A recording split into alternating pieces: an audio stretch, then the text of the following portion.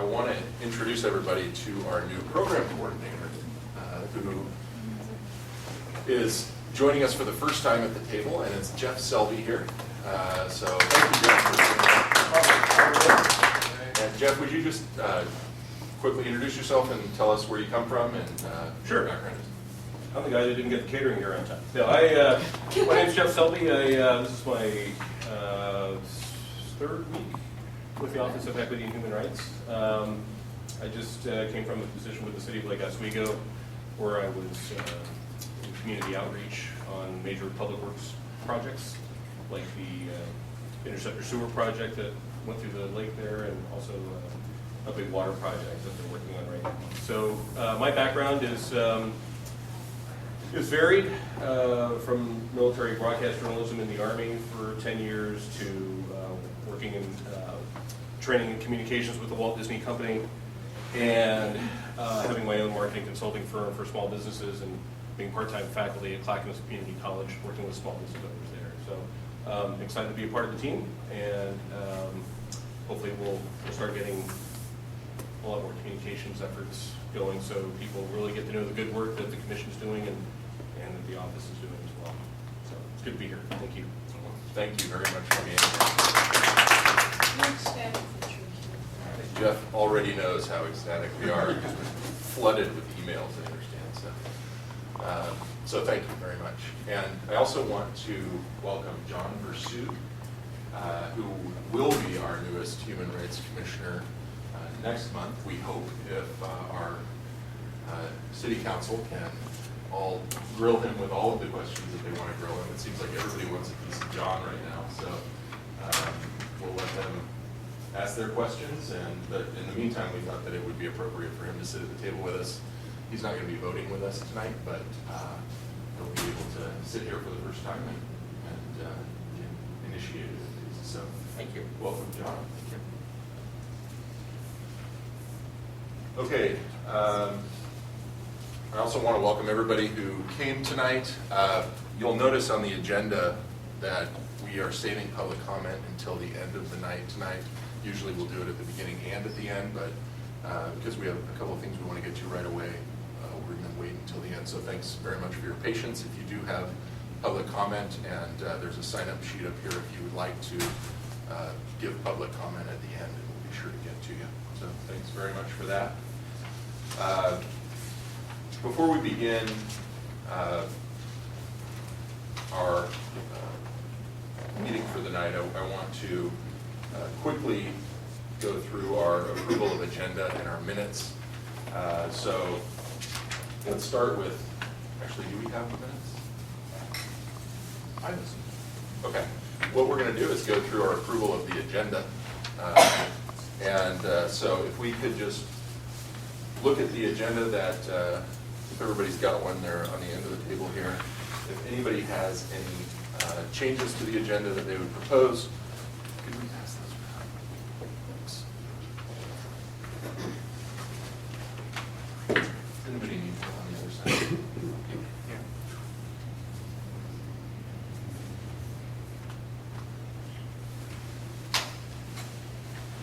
One change that I'd like to make is that I neglected to include an opportunity to discuss emerging issues that have come up since our last meeting on this agenda. We've got a pretty packed agenda, but to the extent that there will be any discussion required on that topic, I'd like to put that in following our committee and liaison updates. And that would be agenda item number 8. And so, can I make a motion, or do I need to entertain a motion? You can make it water. I'll entertain a motion from Alan to include Kyle, I that. think that you should make emerging issues, human rights issues, an agenda item following number 8. Can I get a second on that? Well, actually, I think we can vote something. We have 4. I thought we had 7. We have 7, I think we need 8. All right, well, we'll hold off on the, We'll accept it as a strong suggestion at this point. okay, that sounds good. I don't think we have to. Okay.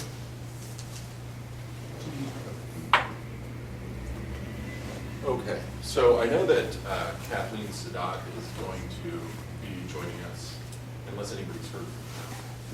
No? Okay. I believe Kathleen's going to be joining us, but I know that also that we have others who have other things that they need to get to tonight. So the first thing that we have on our agenda is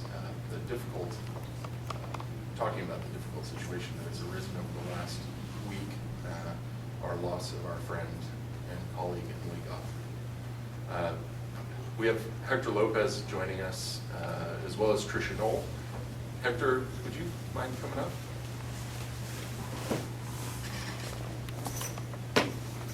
Well, since they can see. No, they can see your film. That's the idea of So Hector and Tricia and hopefully Kathleen will be here, have agreed to be with us tonight to help us remember Emily. I know she would appreciate that very much. Hector and Tricia, along with Donna and Danita, I believe, were all on the original reconstituting of the Human Rights Commission in 2008. Is that right? Am I missing anybody? Abdul was also there. And Malloy. And Malloy. And Malloy will join us hopefully in a little bit. And so I think it's particularly appropriate to have Hector and Tricia with us tonight to talk about Emily. And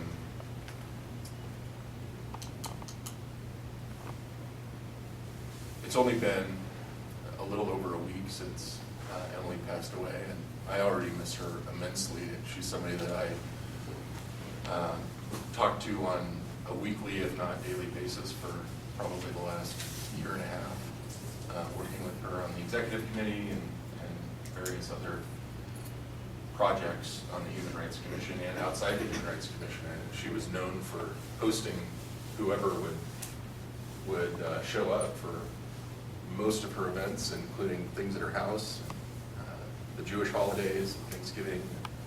So I think a lot of us got to know her in ways that went far beyond Human Rights Commission, and even if they were just limited to Human Rights Commission work, she made a huge impact on a lot of our lives. Her memorial service last Tuesday was incredibly powerful. It was at Temple Beth Israel, and it was, I don't know if anybody's, other than those who were at the service, have ever been inside Temple Beth Israel, but it's a massive space, and it was packed. People standing along the aisles and up in the balcony. It was incredibly moving. Not surprisingly, when her family announced that they were going to be sitting Shiva, which is consistent with their Jewish faith, for the next 3 days, and welcoming people into their homes to grieve and to sing and to pray and share stories. When my wife and I arrived at Emily's house on Wednesday night, we could barely squeeze through the door. And this was the second night of Shiva, and I understand from talking to some of her friends who were there the first night that it was just as packed. What I learned, and I didn't know anything about making a Shiva call at the time, but what I learned was that they really appreciate the telling of stories about our loved, lost friend, and they consider it a mitzvah, like a blessing on the memory of their friend. I thought that was a really nice sentiment, and thought that it would be appropriate for us to engage in that sort of sharing in honor of Emily, consistent with her tradition. So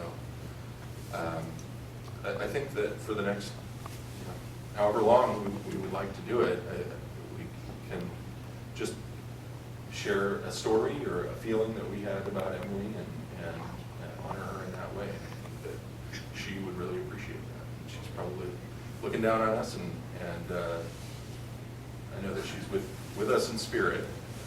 And I don't think she is yet, because she probably wouldn't have been here yet. She'll be with us soon.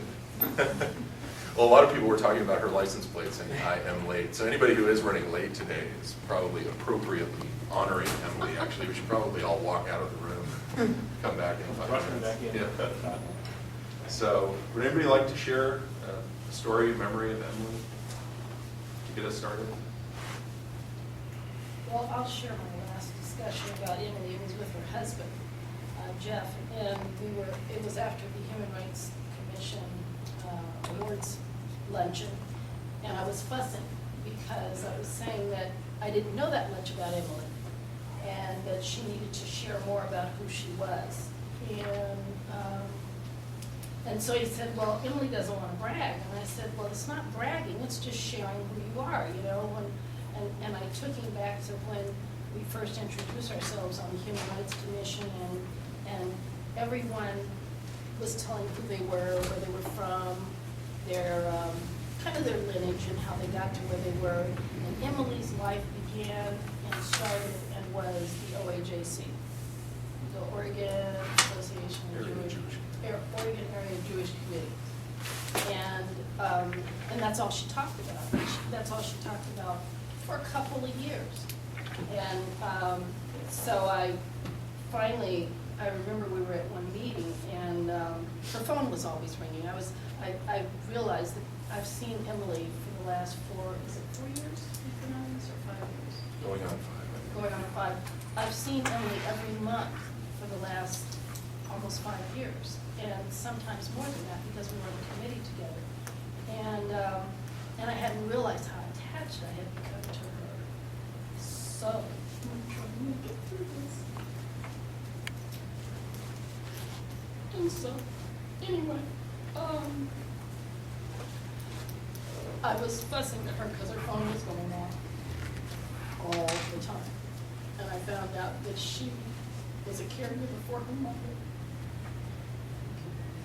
And that they had a hotel at the beach. I remember we were giving away a prize, some kind of a prize or something. And she said, well, we have a beach hotel. And so she managed that business, and she managed all of the family's stuff. And then I turned on OPB one time, and there was Emily with the Audubon Society. And her husband was a great outdoorsman and does all kinds of things with kids. And she was there with him. So I went to Shiva the first night, and it was heartwarming, and saw a couple of people there that I knew that had worked with Emily. And it was very comforting to be there. Didn't understand a word of what they were saying. And Emily was a cantor too, which is the person who leads the chants at the temple. And it takes years and years of training to do that. So she was a very talented person. Thank you. As we go around, if you could, since we don't have name tags today, if you could say your name for the record, please. Dr. Manson. And I I'd like forgot to mention, she also, with all the other stuff that she did, and she hosted luncheons at OJC, she managed to come to race talks all the time and drag her husband too. So, I mean, she just was always going, and if there was a volunteer job and some great activity, Emily volunteered and did it well. I just want to welcome Kathleen to the table. Thank you very much for being here. We really appreciate it. I'd like to just talk a little bit about when I found out that Emily was ill. Over the last couple of years, my husband had been going to the state nurse. My name is Tricia Noah. I'm a former HRC member. Anyway, my husband had been going to the state nurse, and you know that she sponsors for all of the people. Anyway, I joined the Middleton Jewish Community Center recently, and prior to her work at the OEHR, Emily had been the cultural director at Middleton Jewish Community Center. So there's been quite a feeling of mourning at the community center. During the week of her funeral, the discussion was just of the funeral. it didn't require anybody to say it was Emily's fault because everybody knew. And I happened to work out at a time when a rather large group of very elderly arthritic women are bused from Cedars-Sinai and from Roschnitzer Manor to the MJCC. And these older women and I end up in the hot tub quite often together with all of the burbling noises, and, you know, we've sort of gotten used to each other, and I'm kind of the new kid in the pool, if you will. But after we realized that Emily was gone, I'd been reflecting on the fact that I sent Emily a letter as soon as I found out that she was sick, saying that in my own Unitarian Universalist way, I was praying for her and lifting her up in the light of my love for her. And anyway, so I'm sitting in this hot tub with all these elderly women, and nobody was saying anything, which was kind of unusual for this group of chatty old women. And finally, you know, one of them said, and so Emily is gone. And there was this silence in the pool. And then someone else said, and she was very young. And someone else said, and she was very big. And we all just were kind of looking at the bubbles. And I realized then that this whole image I had of Emily in the light, that Emily was a light in all the ways that people bring light to our world. And it was just a very special moment for me. I went to the funeral, but I think in my own sense of, you know, what an outstanding person she was for all of us, that my memory will come back to being in this house up with these old ladies, just sort of watching the bubbles. Thank you.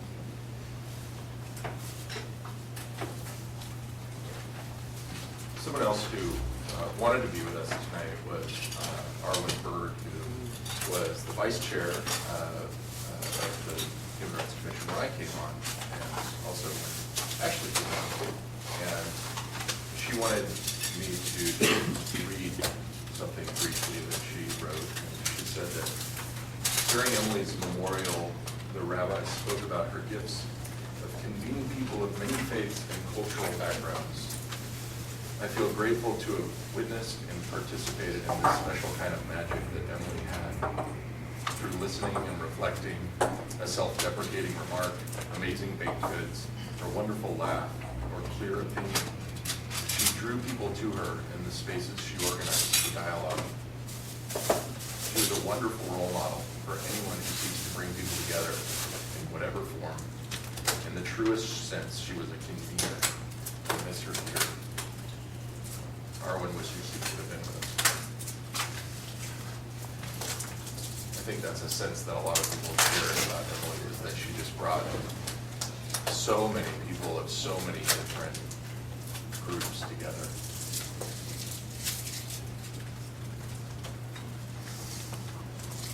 So, Emmy, do you remember the first thing I said when we met?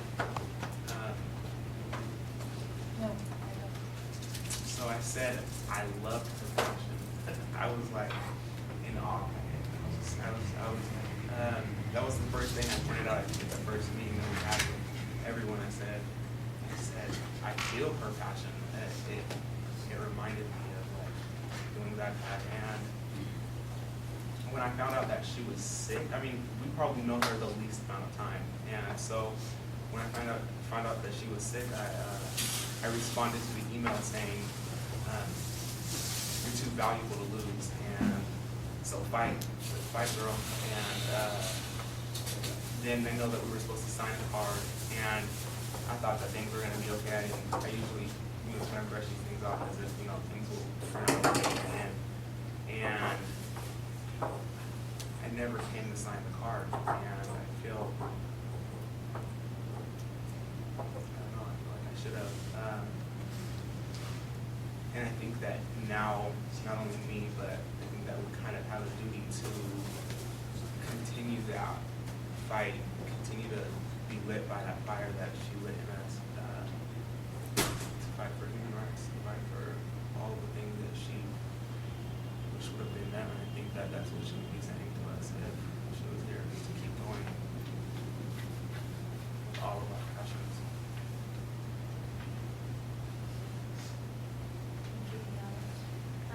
I'm Donita Fry with the Human Rights Commission, and Maria Lisa Johnson sent in a reading that she'd like me to share with the group. And Maria Lisa she was the director of the Office of Human Relations for several years before the changes occurred at the Human Rights Commission, and so she was instrumental in guiding our work forward in our formative years. And her reading says, "Dear Emily, I was 19 when my mother died of a stroke. At the time, nothing made sense. Like you, she left this earth too early. I remember one day, as I was clearing things from her office, a young student from Japan approached me with an envelope, tears streaming down her cheeks.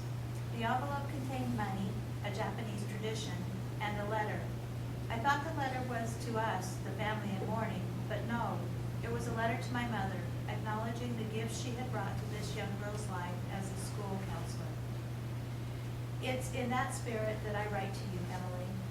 The rabbis say you have come home now. We had all hoped you'd stay a little bit longer, decades longer. You were part of our home. You helped build this home. I have to say you would have been so moved by the crowd who came to honor you at Beth Israel. People of many faiths and traditions, GLBTQ folks, leaders of color, cops from 3 cities, all of us sat on the benches of your childhood to acknowledge the hard and consistent work on human rights that is your legacy. What a send-off. And of my cherished time with you, I am grateful for at least 3 gifts. You helped me see what the Talmudic teaching of Tikkun Olam, repairing the world, means in action. You continually repeated the phrase, we aren't responsible for completing the work, but we cannot desist from trying. You were tireless on this front. You helped me celebrate curiosity. You had no problem asking the so-called dumb questions. Your curiosity was liberating. You taught me generosity and gratitude through the smallest of actions. So often, after an HRC meeting, you would prepare a plate for your husband. Oh, he loves this food, you'd say. What kindness and acknowledgement you gave both in feeding his soul and ours with your stories of family, Jewish tradition, and treats, which we all relished. Please know that your legacy will live within those of us who knew you and cherished your friendship. Travel home safe. I will love you forever." I just read that on the way when I arrived here, and it brought tears to my eyes because it's so true and it resonates with many of my experiences with Emily as well in working with her for more than 6 years in really bringing this Human Rights Commission to where it is today, meeting with her more than 3 times a month sometimes and having dinner with her at her home and getting to know her husband and her daughters. Hugely impacted me as I sat and reflect on all of her beautiful contributions. And I just find comfort in the words that Jeff was sharing at the services, at the funeral services. And for those of you who weren't here, and I'm not going to do it justice, but his ability to share that God sometimes needs a helper, and what a helper beneficial a helper would be that knew Buddhism, was able to advise on Buddhism, Unitarianism, Methodist, across all of these rich faith-based, and he articulated in such a beautiful way the skills that Emily provides and how valuable a resource Emily would be as she utilized her advisor that she had called home. And the way he was able to stand there and share brought comfort to me, and the humor that the family shared during that service helped ground me, and that's exactly who Emily would want us all to be in her passing. And so her journey home is unfortunate that it was so early, but what a beautiful gift that she left by impacting all of our lives.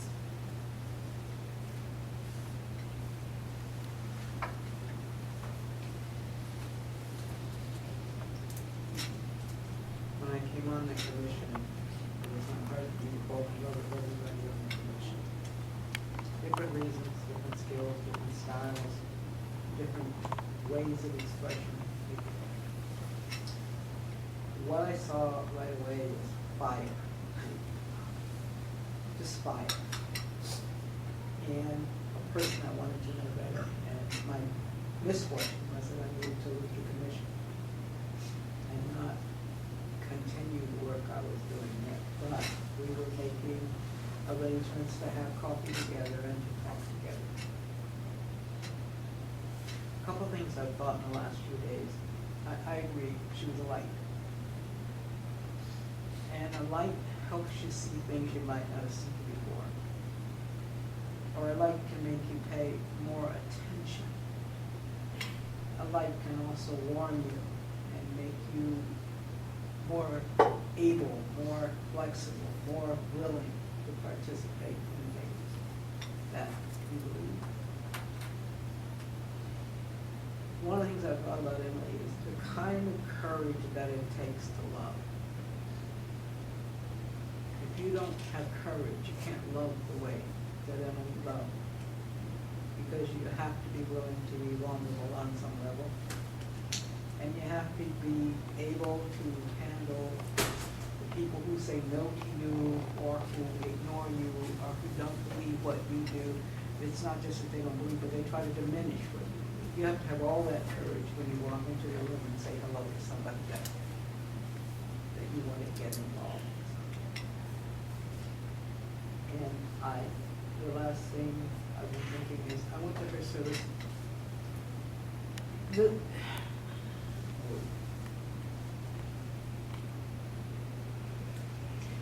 When I was a little kid, the Union Memorial Methodist Church was housed in an old synagogue. And the very first time I walked into Temple Beth Israel, I felt out. Because the organ pipes, the placement of things was the same, and it felt like home. And I've been there several times, but this past time for the service, I just had so many feelings, not just about Emily, but about the place I was in, about history, about time, about bringing people together. All that stuff was in the room. That Saturday, I was at a Presbyterian service, honoring somebody 91 years old who had been an activist, pew flag activist, March work women. And the same kinds of feelings of familiarity with people being in community came up. And the next day, I participated in a Wiccan ceremony for a healing circle for a friend who had fallen and had suffered a brain injury as a consequence of the fall. And I thought, Emily would love this. We could talk about just the things that go through us as human beings, and the way that we want to connect, and the way that we want to love, and the things that get in the way of that, and what it takes to get over those humps.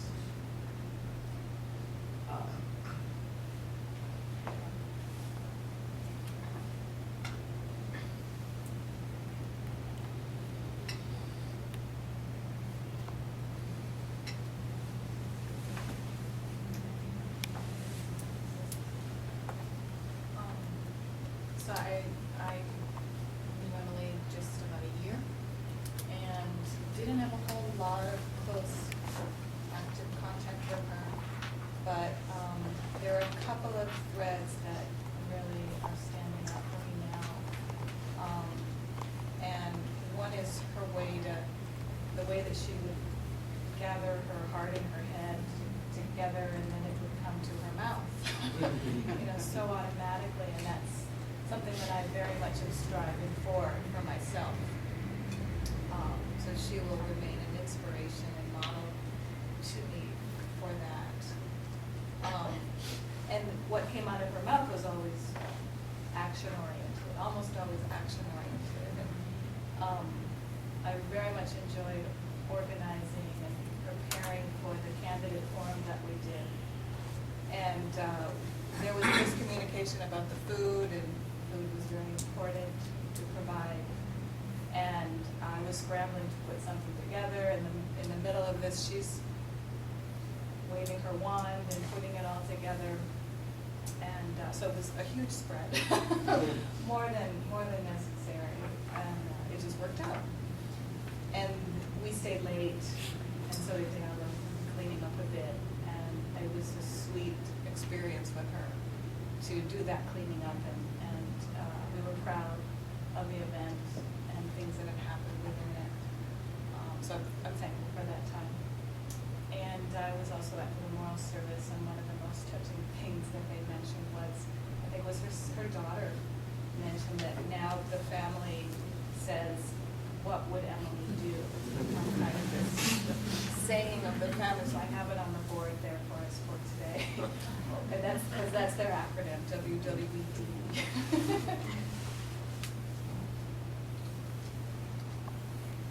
I'll follow that on too, because it's a little bit the same thing I reflect on this week. You know, these the buttons that you have are a result of really the work that Emily did, and it's just a manifestation of the right way she worked. And when I reflected about it, it really was like she had a magic wand. I don't think I can, and I don't know how we can replicate how she just got things done. It was amazing. And as I thought about it, I thought, you know, how does she do that? It's not from sheer hard work. It's from her commitment. That she was committed to this work and didn't let things stand in her way. It was that simple. It was. She didn't let things stand in her way. She didn't stand on ceremony, on process, on politics. She just got the things done that moved the ball forward. From the candidates forum to the buttons to just saying we just need to get back to work. And so it's exactly what we keep doing. And she was the best at it. The work she did with the awards luncheon was amazing. I worked with her, Danita worked with her. And you know, it's just like all of a sudden, we have Ellen Rosenblum speaking at it. All of a sudden, we have this event at Northwest Natural. All of a sudden, you know, there are hundreds of people there. And it was just by virtue of her commitment to what we do. And like I said, I'm not sure we can replicate that magic. But we certainly should try every day. And hope that we get the kind of results that she did over her time with us. That's the way I thought about it. Where we've been. Go ahead. I'm Hector Lopez, former member of the body. Emily was one of the first people I met when I came to Portland. I usually try to find the folk who have similar views, values, and commitments as I do.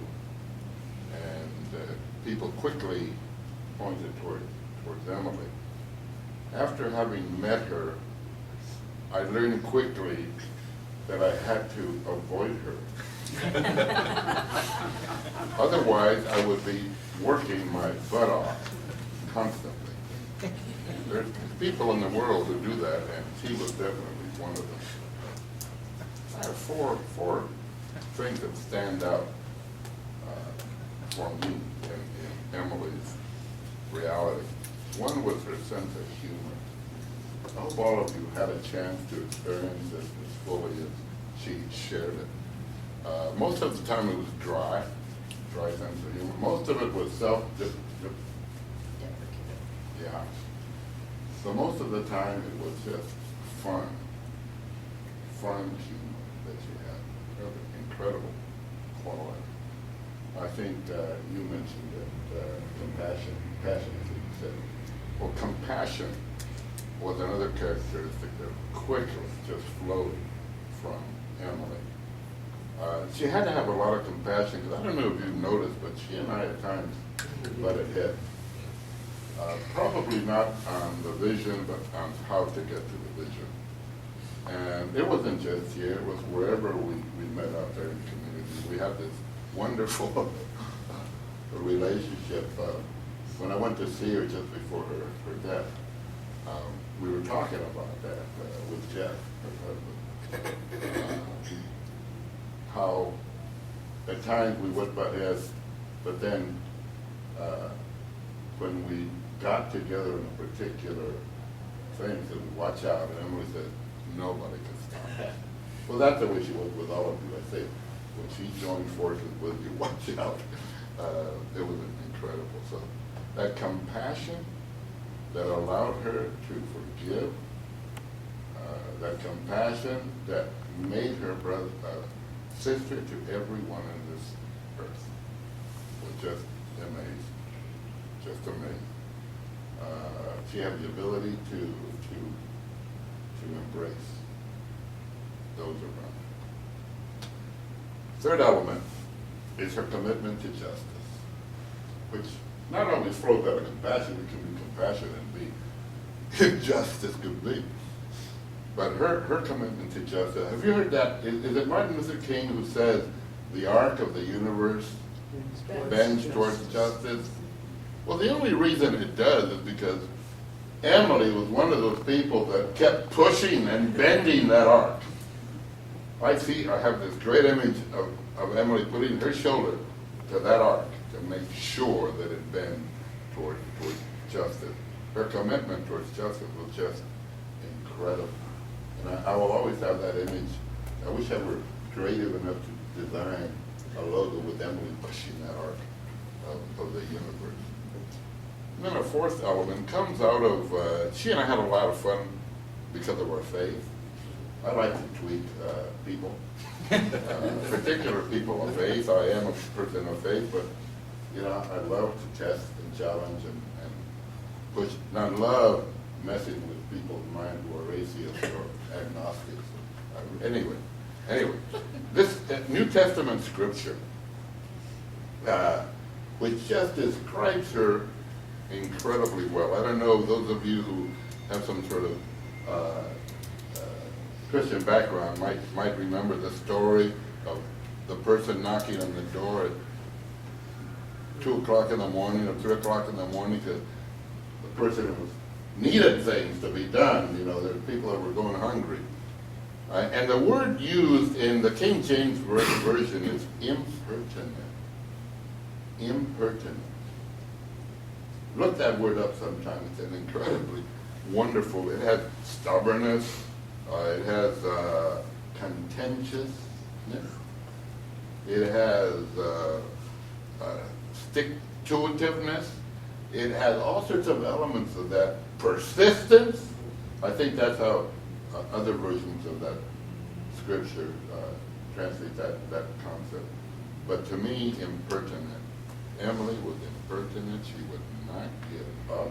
You testify to that until there was justice. She will knock on that door until it is open and until people will respond. Well, friends, all I can tell you is I'm sorry that I waited this long, and I hope you all feel the same way, to share these comments about Emily. We had her in our midst, and I know, you know, we affirmed her as best we could, and we affirmed one another, but we did not say to her these things. So I tell you, our opportunities are like wisps of fog. We may not always be sitting around this table, so you've got to share with each other how much you value one another. I wish I could have said it to your face. Emily, you know, stubborn, bender of the arc of the universe. I'd love for her to know that. I did tell her the day I visited that she reminded me of Aud Schlein. You don't know who that is? I feel sorry for you. My last comment is, for those of us who believe in something, God is in deep trouble. God is in deep trouble.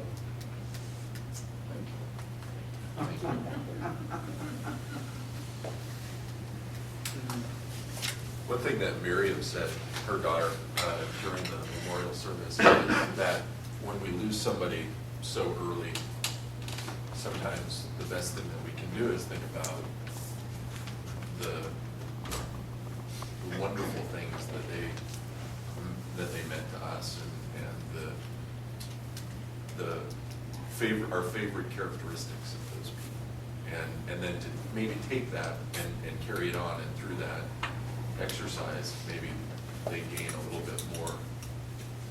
bit of immortality, and their life goes on as long as it should have. And a lot of people have said, with Emily, it just happened. You just all of a sudden, either it was from her impertinence and stubbornness knocking on the door, or maybe it was her magic wand, and she just got it done. I think probably a little bit of a combination of the two. But Well, I want to throw a third element in there. I think a lot of it was relationship building. That she spent time with people, that she paid attention, that she talked, that she listened well. So I think a lot of it had to do with letting herself be known, knowing people, and just being and building those relationships. Because I don't think it was all magic. I think it was hard work. Hard work. Yeah. Ellen, when I left the HRC, the sort of structural business of the HRC was in some confusion.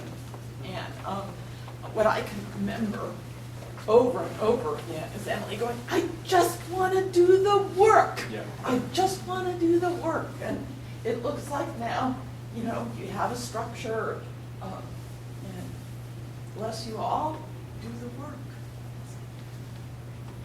I can hear her back there, I just want to do the work. That's exactly where she was. Consider naming the next Human Rights Award. Yes, yes. well, that probably brings us to a proposal that I think Alan brought up, and Danita, Alan and I talked about, and then Donna brought up. I think any of us have think that it would be appropriate to rename the Human Rights Awards, which she was so passionate about bringing back and shining a light on human rights in this community and making it important to this community, to rename the Human Rights Awards the Emily G. Gottfried Human Rights Awards. Yes, I think that that's would the be right thing to do. I would move that, and we can't vote yet, but I move that we rename those awards to the Emily G. Gottfried Human Rights Awards, and that in this coming year that we actually vote right now to select Emily as the recipient of the Lifetime Achievement Award. And I would second that. We can't vote right now, but I think that we can hold that motion to when maybe Melissa gets here and vote on it then. I also think that we need to make sure, I think in honor of Emily, that the Human Rights Award is something that continues beyond the time that we all serve on this commission, because we're all gonna end up going our separate ways eventually, and I wanna create a tradition of safekeeping for that award. And one way to do that is to not put it into the hands of a committee, but put it into the hands of an office. And I've had experience doing that in the past, and it's worked really well. And I think that it would be appropriate, given that Emily was our vice chair when she passed away, that from here on out, the vice chair of the Human Rights Commission will be charged with leading the Human Rights Award and making sure that it carries on. And that will just be, it'll be known that that is one duty of the vice chair of the commission every year. And I think, I don't know if we need to vote on that, but I think that's something that we should certainly consider doing as well, just to ensure that that's something that carries on, because I think one thing that Emily would want is for us to act, not just talk, and that's one way to ensure that that happens. So maybe we can vote on that when Lloyd gets here. Well, we can deputize these three. Yeah. So you know, We don't. No, what's yours? Yeah. Well, I need to Say say they- that thank you very much. Bless you all for the work you're doing and go forward. Thank you so much for being here.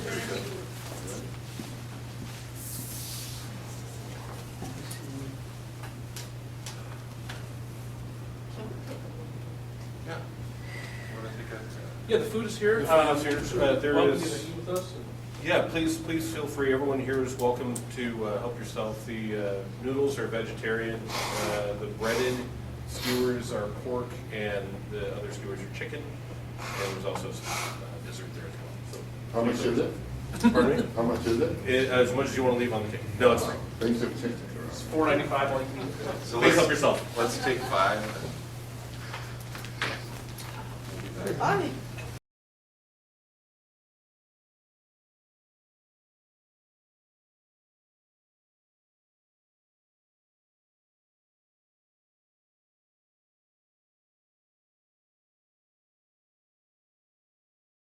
Joining us in the audience today, could we just go around and introduce ourselves, starting with Mike?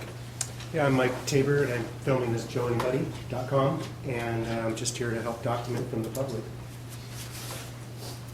Linda McKinbell, a volunteer with the Unitarian Universal Service Committee Human Rights Organization.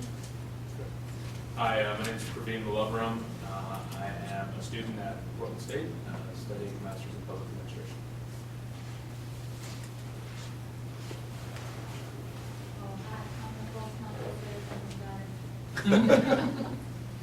We've met Hector. Yes. Levon Easter, Portland Commission on Disability. My name's Alan Martinez, and I think I'm a community member. That's how I'll represent myself. I'd like to have everybody just sign in so we have their names for, do we need to keep that for the We have- the record? Well, there's the public comment sheet. Let's do a sign sheet as well. Okay, so if you wouldn't mind, at some point, if you wouldn't mind signing in on that sheet, just so we have everyone's name for the record that you were here, that would be great. Please, thank you.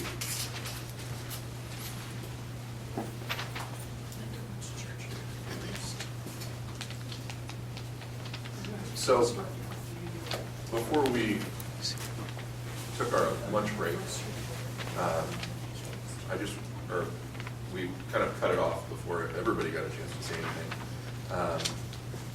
Now I'm asking Ashley if she wants to say anything while she takes a bite, but Ashley, did you have something that you wanted to say? Yeah, I just wanted to share a couple words. I didn't want to interrupt the natural segue into the way that went, but I didn't get a chance to know Emily as well as I had hoped, so I feel regret there, but the regret has motivated me to take more time whenever possible to invest in those types of relationships. And when I think of Emily, I think of a woman who heart-raised me, basically.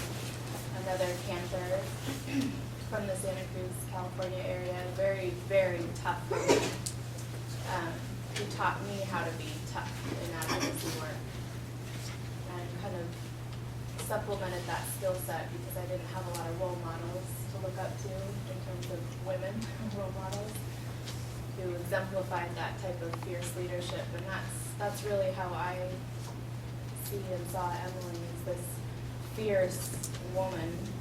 And when I think of the word fierce, I'm thinking holistically of it. It's not all rough, so to speak, but she has this fierce compassion and warmth and just ability to get the work done and do whatever it takes to get it done. That's how I remember her. So I was comforted and intimidated when I met Emily because she reminded me of this other woman who I'm still very close with. But I just know the power that comes with that type of personality, and it was really nice to work with her as long as I had the opportunity to. And I think it's a call to everyone, and especially to women here, to really rise up and fill that space as a true, leader, and exemplify what she modeled throughout her life. So that's why I remember her. Thank you. Yeah, I think a lot of us were just talking on the break about how Emily's influence on us and how her spirit will really live on every time we come together, because we all have such fond memories of her and vivid memories of her and of the ways that she influenced our lives and our community, and hopefully we'll continue to carry that flame, because that's what it seems like to me.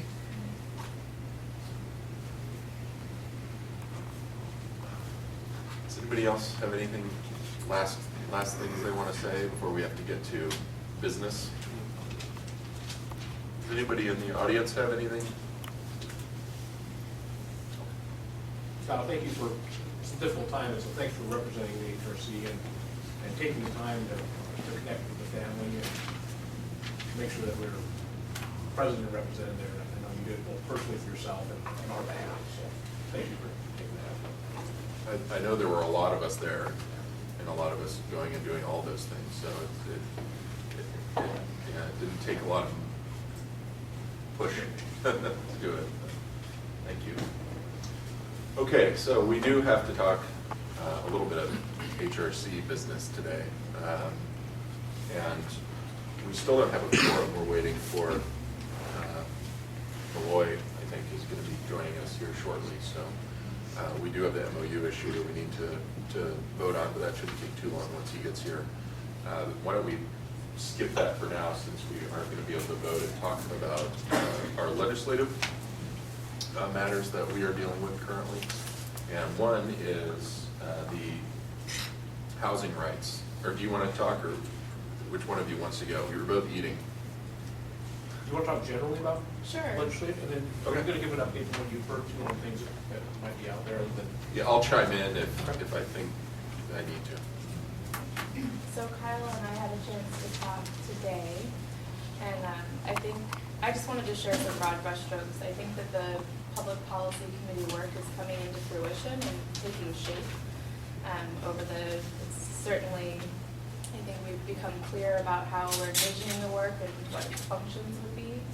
And I just mentioned to Kyle earlier today that it looks like there are three sort of categories or areas of work that are coming to be, or areas that we want to consider, and I want to put it out to all of you.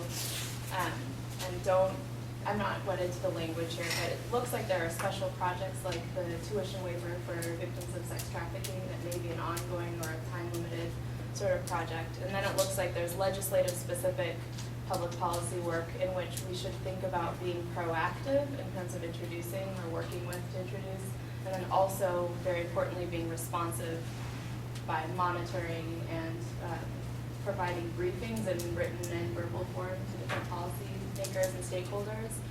And then the third sort of category, which may bleed into the others, but just making sure that we are responsive to the findings of the discovery committee, because that's really what we've talked about is, once we've done more of those community assessment sessions, or however you're calling them, and gathering that information and prioritizing the areas, that we be sure to plug or target our policy efforts in those areas, whether it be at the legislative level or more bureau level, just making sure that we're helping in that way. So those are the three main areas that I see this work going in, and I'm really excited about all of them. And in terms of, and I know we mentioned it briefly, but thinking about our work legislatively in the future, I would like to have things organized and practiced in a way where we have regular legislative briefings on all issues that we might want to take a position on, where we provide the context and then also what we're recommending. And that we not only have that in print form, but that we're actually providing briefings to decision makers.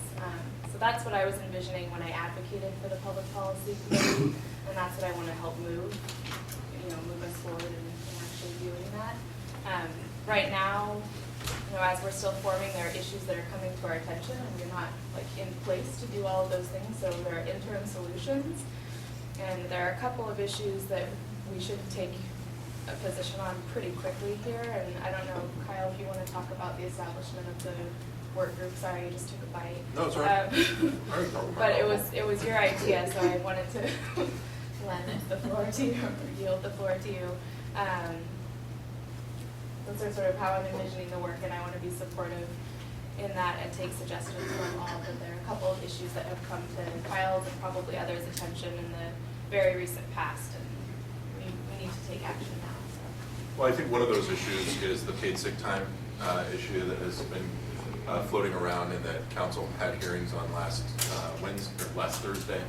There are certainly human rights implications with that issue. There's inequality issues about the employees in this community who are getting paid sick time versus those who are not. And I think that it's something that we should certainly be taking a position on one way or the other. City Council is going to be voting on paid sick time March 6th, so we're not going to have enough time, especially given the rule that I'm trying to stick to, which is that we don't vote on anything that we haven't educated ourselves about first. We're not going to be able to discuss it and come to a conclusion about where we stand on that tonight. I have a sense of where we'll probably go with it, but I don't want to give the issue short shrift. So what I'm hoping we can do, and again, this is going to be a motion, but is create a work group who will work on this issue, just gather as much information as they can before the next executive committee meeting. And Alan, correct me if I'm getting off track here, but this is part of Alan's creation as well. And then have that work group advise the executive committee, who will then authorize somebody to take a position on the HRC's behalf in front of City Council. And I think that it's a real opportunity for us to take a position on a ground level issue that City Council is actually going to be voting on immediately. And I think that's something that we need to be doing in addition to all of the more big picture projects that we're working on at CPRC, HTTF, housing rights, things like that. So it's an opportunity for us to make ourselves heard, get out there. And so I think that's important that we do that. So I think there's probably two opportunities for folks to be involved in this issue. If you have an interest in working in the work group, and set up times to meet, get in depth on the issue. And then we can also ask that work group to send out their product that's going to go before exec committee to the full HRC by email. We can't discuss it by email, but you can send it out and then send comments back to a point person, assuming that might be Kyle at this point in this issue. Then that can come back into the exec committee to move it forward for the March, so that we can get a recommendation to council prior to their vote on March 6th. That's what I envision the process with Kyle. So, again, when our next commissioner gets here, we'll vote on that. I just wanted to share something. There is on the 19th, I think the Urban League, and I can't remember if it's a health coalition or a housing coalition or both, are planning a visit to the state capitol. And they're going to be meeting and hearing room 50. And I'll find out for sure what the particular topic is. But I know they've been sending out a call for people to come down and be down at the Capitol on the 19th. And so you're not sure what they're talking about, but I think it's housing and health. okay. So there are a number of legislative days that NGO groups especially have organized that we probably are, many of us are involved in. And so that's kind of what brings us to the issue at the HRC level, that we have a lot of these legislative issues that are going on around us. We should develop positions on them, like Ashley said, and be involved in advocating for those ones that affect populations that we're involved with, or issues that we're around. And so we're coming up to speed on that. But lots of groups have things like that organized. There are some for immigration rights, all of them, health equity. And one thing, I think it's really important, and I know that Ashley feels this way too, that we're really up to date on these things. And when we're learning about issues that are going to be going before our local council or state legislature, that are, anything that would be affecting Portland, early enough so that we can research it, take a position on it, and get that position out into the public in a meaningful way, not just the day before or the day of a vote.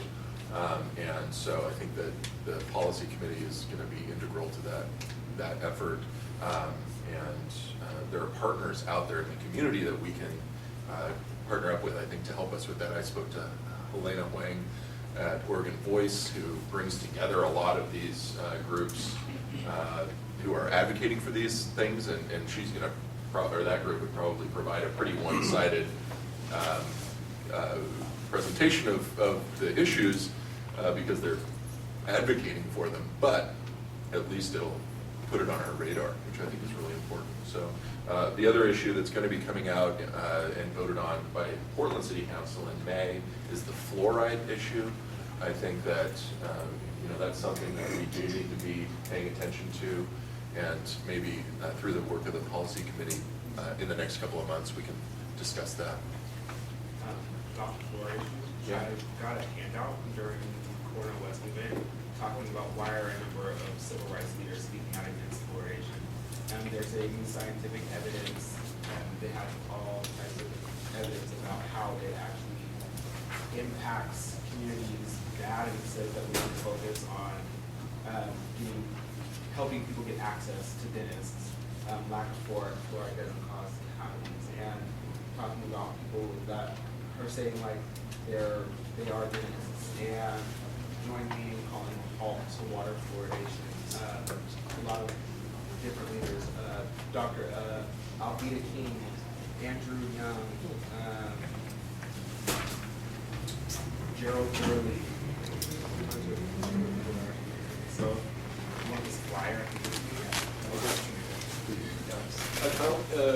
But you made a motion, I know we can't vote, but would anyone like to second that motion of forming a work group? I'm just going to move when we have the quorum. Okay. And Malloy just got here, so we will be able to vote. Okay, great. Maybe if you could just make sure that I don't forget about it since we talked to No, okay. already. Okay. And I need to Good. leave, so can Oh, we do Let's some do voting? that. Let's vote now then on everything we need to vote Okay, on. because so- Donna's got to go, and I don't think we're bringing another Let's one. run this one now, you want to vote on, you Sure. want to move, and so do we have a second on Kyle's motion to form a work group, is it specifically on the paid sick time issue? Yes. Okay.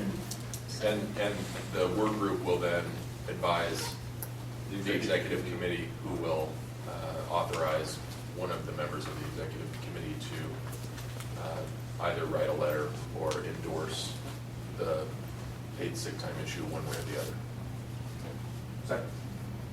Second. Any discussion on the issue that we haven't already had? Malloy? You guys just tell me everything you've just been saying. So Malloy just came in. Why don't we explain to Malloy what this is before he votes on it? This is what you get for all those votes a couple of months ago. So one thing that we want to do before March 6th, which is actually the date of our next HRC meeting, is to take a position on the paid sick time issue. And since we aren't going to be meeting again before the actual vote, I moved that we form a work group on that, and I'll be a part of that, and I know Ashley's volunteered to be a part of that, to advise the executive committee about a position that we should take on that, and for the executive committee then to authorize one of their members to either write a letter to council with our position or to endorse the position one way or the other. All right. Feeling for You feel like you can vote on that? All right, so all in favor, show of hands and say aye. Aye. Any opposed? Motion's passed. You might ask for volunteers for the work group right now, too. I just did. You did? Well, Ashley and I, and then anybody who Does anyone else wants to want to do this? volunteer. That's not official, right? But if you want to volunteer for the work group, just, throw something at me. Okay, so Donna's got to leave, so we're still, we'll votes. We had a motion about the emerging human rights issues agenda item on the. Oh. Alan, did you say we don't need to vote on that? Okay, skip that. Okay, and then the next motion was the HR Awards name being formally changed to the Emily G. Gottfried Human Rights Awards. And Kyle seconded. And I actually added to that I nominated Emily as the recipient of the Lifetime Achievement Award this coming year. We'll do one motion. I think we can do it in one motion. Second. Are you up to speed now? Yeah. Okay, so Donna seconded? Any discussion about that? Malloy, do you need any explanation about what we're doing here? No, I am enthusiastically in support of these Okay. changes. I just have a question about the placement of the responsibilities on the vice chair. Is that a bylaw change, or is that? I don't think that's part of this yet, though, right? Not yet. I have a question too.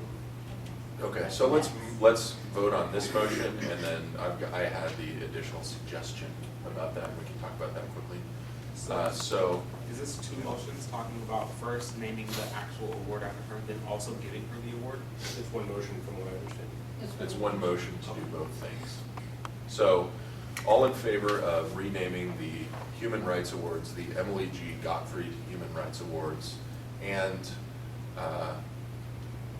awarding Emily Gottfried posthumously the Lifetime Achievement Award for 2013. All in favor, show of hands and aye. Aye. Any opposed? Motion is passed. So the other suggestion that I had was, in order to ensure that the Human Rights Awards will continue and that somebody is going to be responsible for doing that, I suggested that the vice chair from this day forward, or from the time that we elect our vice chair to replace Emily, will have the responsibility of making sure that the Human Rights Awards go forward and will form the necessary committee or do the necessary work to make sure that that happens. Does anybody want to talk about that, or? Well, I like how you described that, there's room for that. So if somebody arrives who's not really good at event planning, so I think what we're talking about is they'll anchor or facilitate that happening. Right. One way or the other. They'll be responsible for making sure that the awards happen,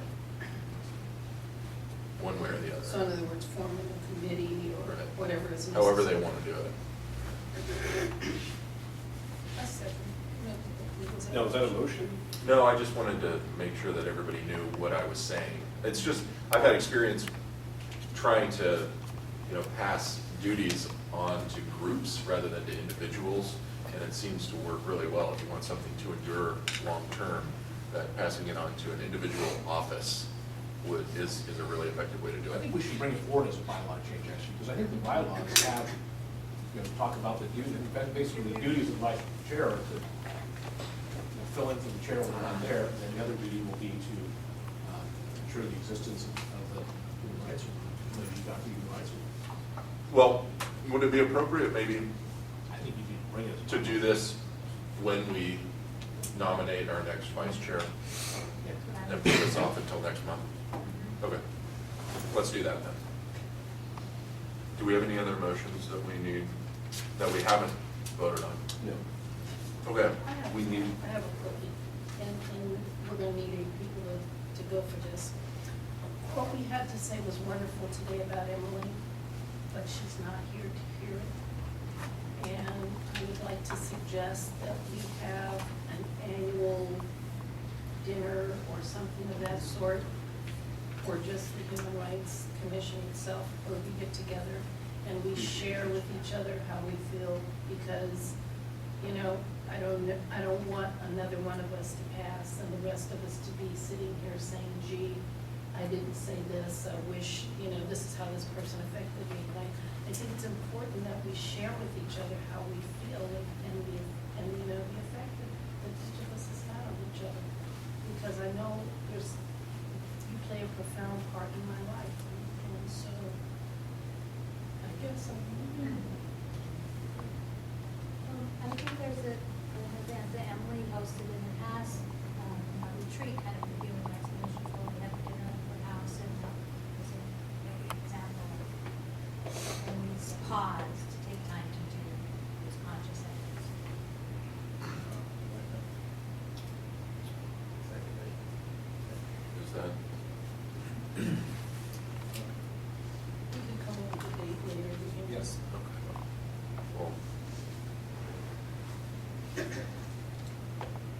Bell seconded. We'll just have a motion that votes that we plan that event. That's what it's for. Okay, so the language of the motion will be that the Human Rights Commission establish an annual Human Rights Commissioner dinner for, well, just I a just want to say annual Human Rights instead of Commissioner dinner, dinner. or- Well, I think you can say specifically for sharing appreciation. I mean, you want to say event rather than dinner, because it could be something else. Appreciation, Sure, that'd be fine. gathering Yeah. event. Share our appreciation for each other, is that? Sure. Okay. We should be clear about that. Oh, no, I was just saying the event. Oh, yeah, yeah. Okay. Just make it an event, then So- you can make it whatever, what kind of. That way we event can do you want. desserts or. Yeah, one year it might be a Snacks. party, the next year it might be a Oh, what? cake. Will we have to notice this publicly? It's a quorum. Not if we don't talk about HRC business. If it's not a business, yeah. No. If we're not deciding city business, then we don't. We're just doing a love-in. Okay. So, all in No, I know favor? what we're doing. Yeah. All in favor of an HRC love-in? All in favor of establishing an HRC dinner to share appreciation for one another? Say aye. Raise your hand up high. All right. And all opposed? That's good not to make that your first opposition, John. Motion is passed. Okay, we need to, excuse me? Yes, we need you to vote on one more thing. We have a memorandum of understanding that was passed out by Amy last week, and everybody had the opportunity to review that. Amy asked for suggestions or changes. She got one recommendation by Alan, but that was not something that needs to be added to the document, considering that the understanding is that this is a living document and that there may be additions or subtractions in the future. Amy, would you like to make a motion on the memorandum of understanding? Yes, I was hoping, I would like to have a couple of words and open up to a little bit of conversation. I do know that the CDC committee, we're not having an update, if that allows more breathing room in the agenda. Well, go ahead. Okay. Just in terms of, I think this will frame your decision for voting to know a little bit of behind the scenes, what's been happening around the value of this document and our process. We brought this, does everyone have the document? Yeah. Okay.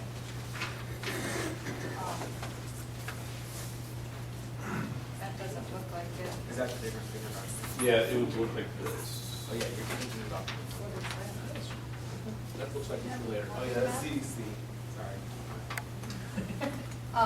We started this with Dante when he was about 4 months into his job. And as a whole group, we created a very long document, and the concern was that it was very detailed and prescriptive. So through the process of conversation, it really gave us a chance to explain to him between the lines what we're striving for, hear from him what he was challenged with, and what his limitations were. So in the end, we are calling this a live document. It's much shorter than what you all contributed to in the beginning.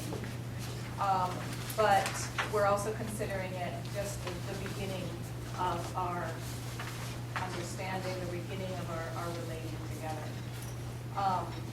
And that's really just about it. And what I was hoping we would do today is to clarify, I guess now to vote, which is fine, whether or not we want to, and if there's energy, to continue conversations about it in the future. But you might want to facilitate that about if that's available, if that's interested, if there's interest for that, I think that would be valuable as well. And I know that one piece that Alan brought up might be one thing that would do lean into. Well, I don't think we actually have time on the agenda to lean into that tonight. That's not what I meant. So that we would identify which of those things, if any, that we're changed in the document that we in the future want to work on. Okay. Yeah. Well, if there are, other than the potential change that Alan brought in, did anybody else on the commission suggest any other changes that they'd like to see? No, not to me. Okay. So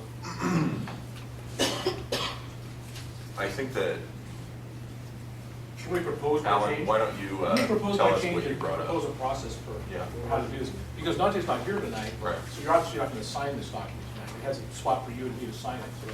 One point of order. Yeah. We don't have a motion yet. Not yet. So it seems procedurally we should have a motion second And then discussion. and then an amendment. Well, we're not even sure if we're going to vote on it. Oh.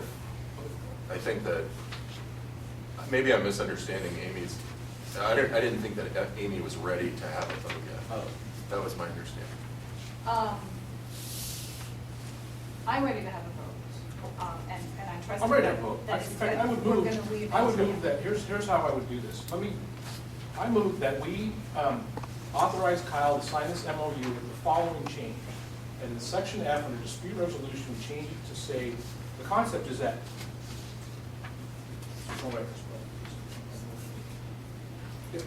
that the concept is that we not leave the final decision in the hands of the commissioner in charge, that it puts too much power in that kind of dichotomy between commissioner in charge and who is Dante's boss. That we change section F to read, where a matter of conflict arises between HRC and OEHR, each body will work collaboratively and openly with the commissioner in charge to identify the gaps, creating this, and find solutions to those gaps. It is understood that the full city council would have ultimate authority in decision-making should there be a continuing inability to reach it. So I move that we allow Kyle to sign this document with that, and to ask Dante for that change when you ask him to sign this. And for me, if he won't sign it without that, then he can still sign it. But if he agrees to it, then it would go in and we would sign it. Does everybody understand that process? Yes. So all I want you to do is ask him. If he'll accept it, that would be my preference. If he won't, then I would say still sign it as is, and we put that on the list of things to continue to talk about. Complicated motion. Go ahead. Second. Does everybody like that change? Yeah. Okay, we have discussion, so go ahead and one. I was gonna, I don't know, because it's a conditional Yeah. motion. Well, it's not really though, because he said, he wants me to sign it anyway. Right, but But first you have to ask. I'm going to propose an amendment to one of the conditions. Okay. That if you won't sign it with the change, then to eliminate the last sentence and sign that. Okay. And work collaboratively with them to resolve the disputes. And then I agree with Alan, we put that on the list of things to say, okay, can we agree to in the future as an ultimate authority for resolving disputes? Because we were created by council, we serve council, we don't serve the commissioner in charge. And even to agree to this language acquiesces to this idea that we serve a commissioner in charge. And that's why I would suggest that you can sign it with the first sentence if you won't agree to Alan's proposed change. Okay. So that's my amendment. Is there any other discussion? Okay. Do we need a second for the, we don't need a second for the amendment, right? Dante doesn't get to accept that. Oh. He can. Do you? And I He actually has don't to know, go to- because I don't want to leave us in a position where we're not able to get this signed, right? That's the idea. So, I think what he's suggesting resolves that, because it's just an omission, okay. right? Well, As Dante's long got to as- agree to That's strike right, that last that's right. sentence. Dante's gotta- Because it leaves us without an ultimate resolution in that paragraph. All it means is we're going to sit down and talk about it. So that, to me, the idea of that paragraph is that there is ultimately a way to resolve issues. And right now, this says commissioner in charge, which I don't agree with. I think it should be going to the council. But if we strike the second sentence, it means ultimately there's no way to resolve that. And if we want to leave it that way, it's okay, but I think that's the intent of that paragraph. And then I think the ambiguity as to the ultimate authority is better than precedent saying we agree that it should be the commissioner in charge.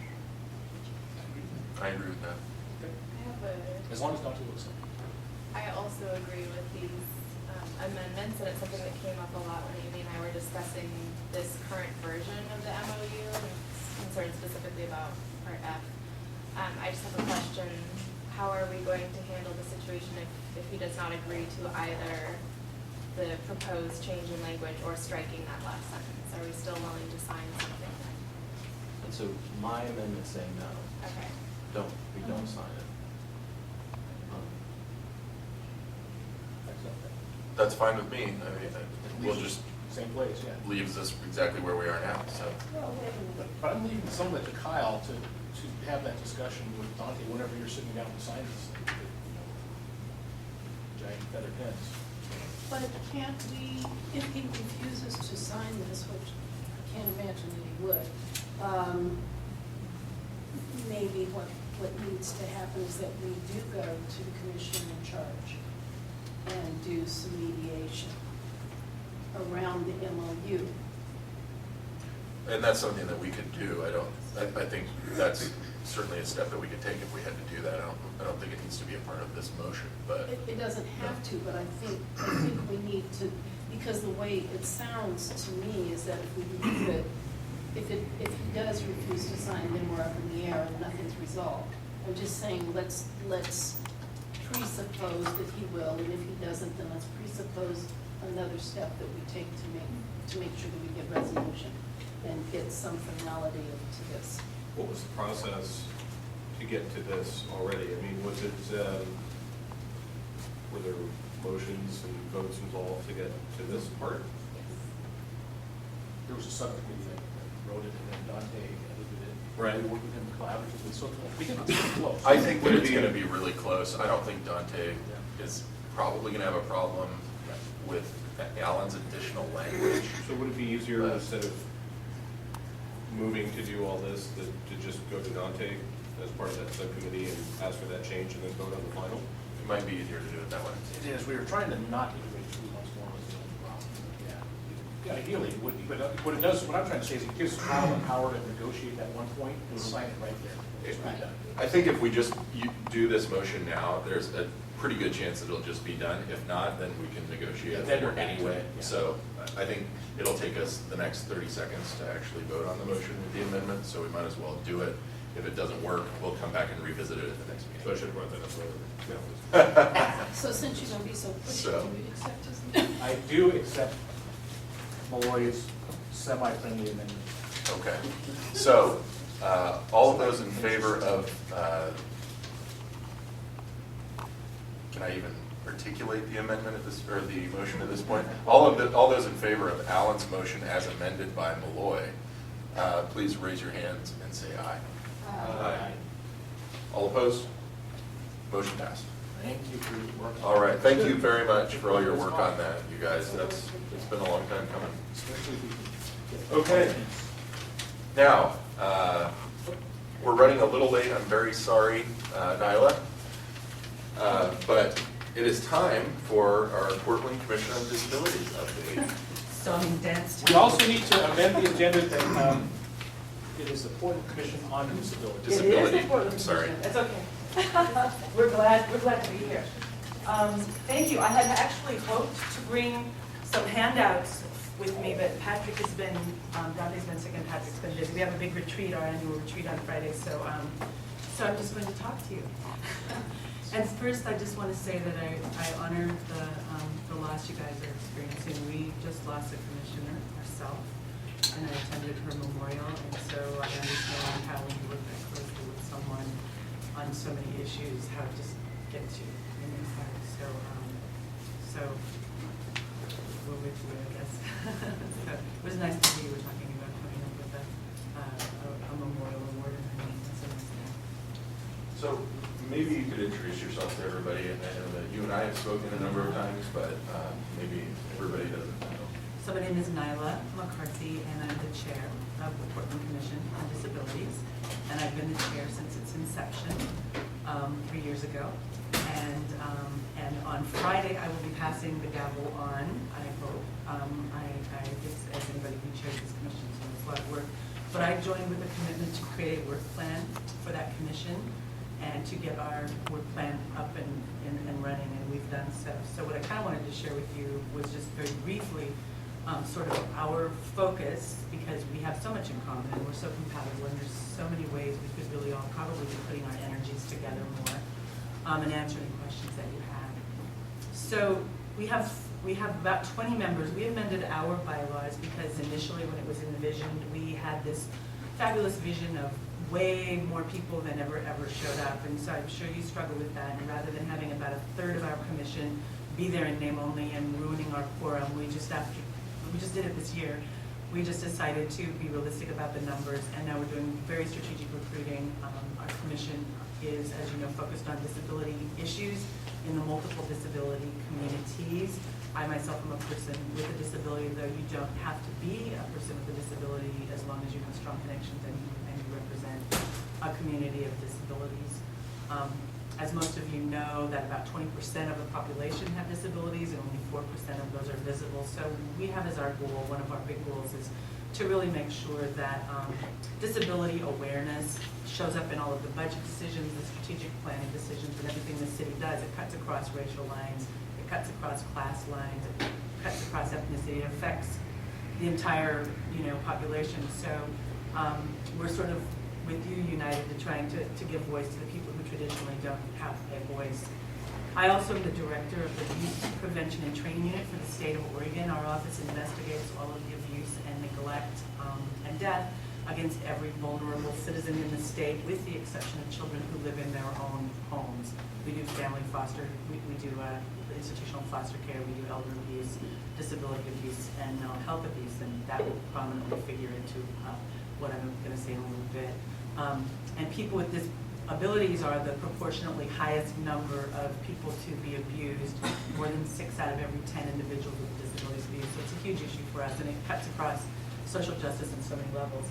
So our commission has 4 working subcommittees at this time. We have a subcommittee, these were the 4 original ones, on what's called the built environment, and in that subcommittee, the members spend a lot of time auditing the city, taking a look at contracting processes, taking a look at universal accessibility in the truest sense, working on things like looking at the plans that the city puts forward related to curb cuts. The bicycle lanes were a huge, big issue for us.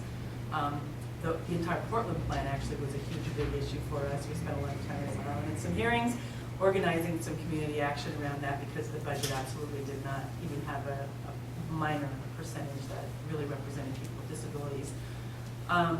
We have a subcommittee that is called Public Outreach and Awareness, which was originally our Education Committee. That committee, Lavon Easter, who you guys have met, is the chair of that subcommittee. She's here. That subcommittee's focus is really on trying to get outreach and awareness.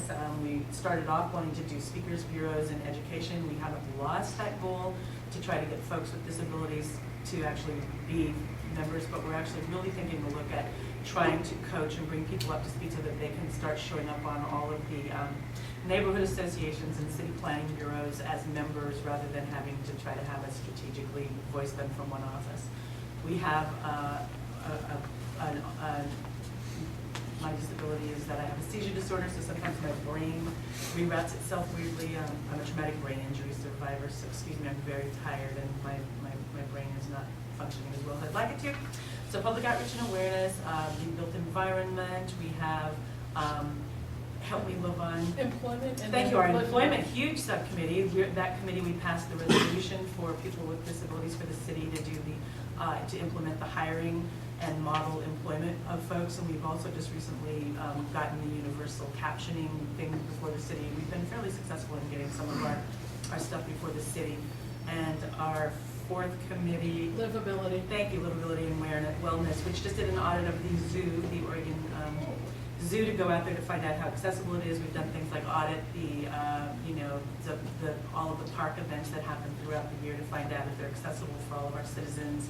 to make sure that they are, and in fact, most of them, as you know, are not. So we're working kind of collaboratively with those folks.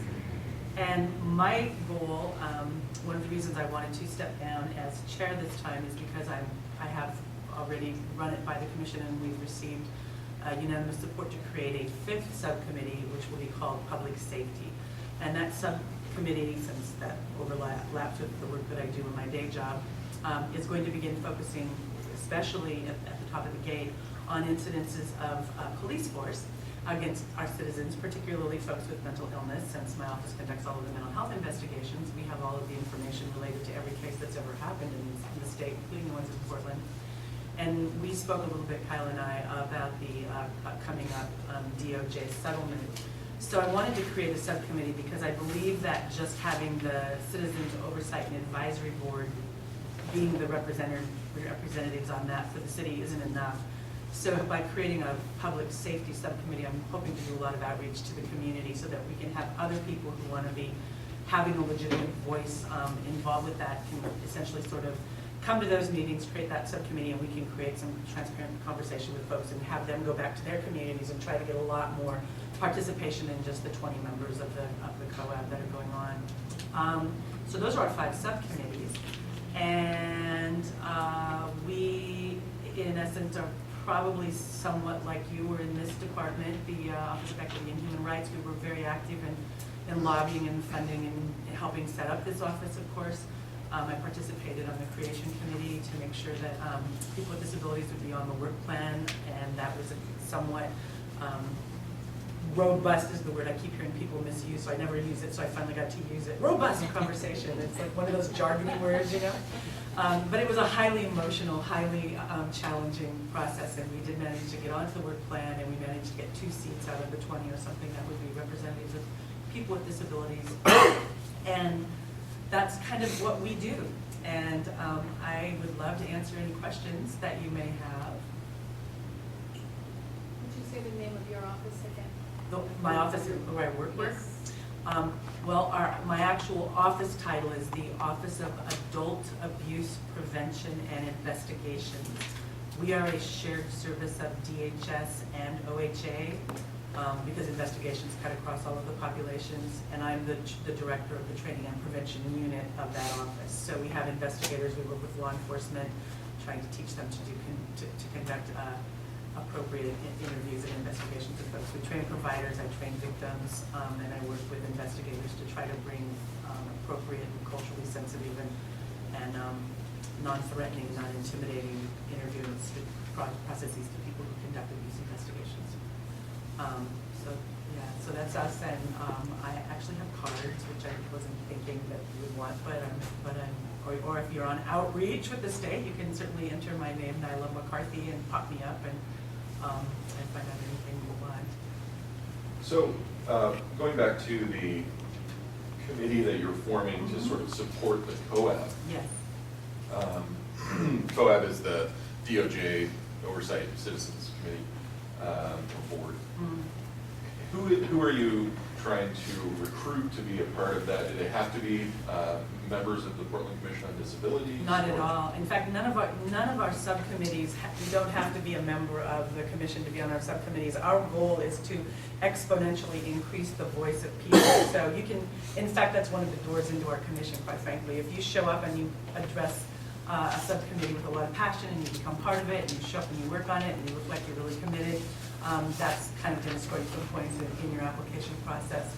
And I met with Chief Reese and 3 of his people 2 weeks ago to kind of talk about the plan as it had been outlined and about our role, because I appoint somebody, well, we appoint somebody, that appointment person actually by previous agreement, it's going to be me, you guys appoint someone, and then we together appoint 3 more people.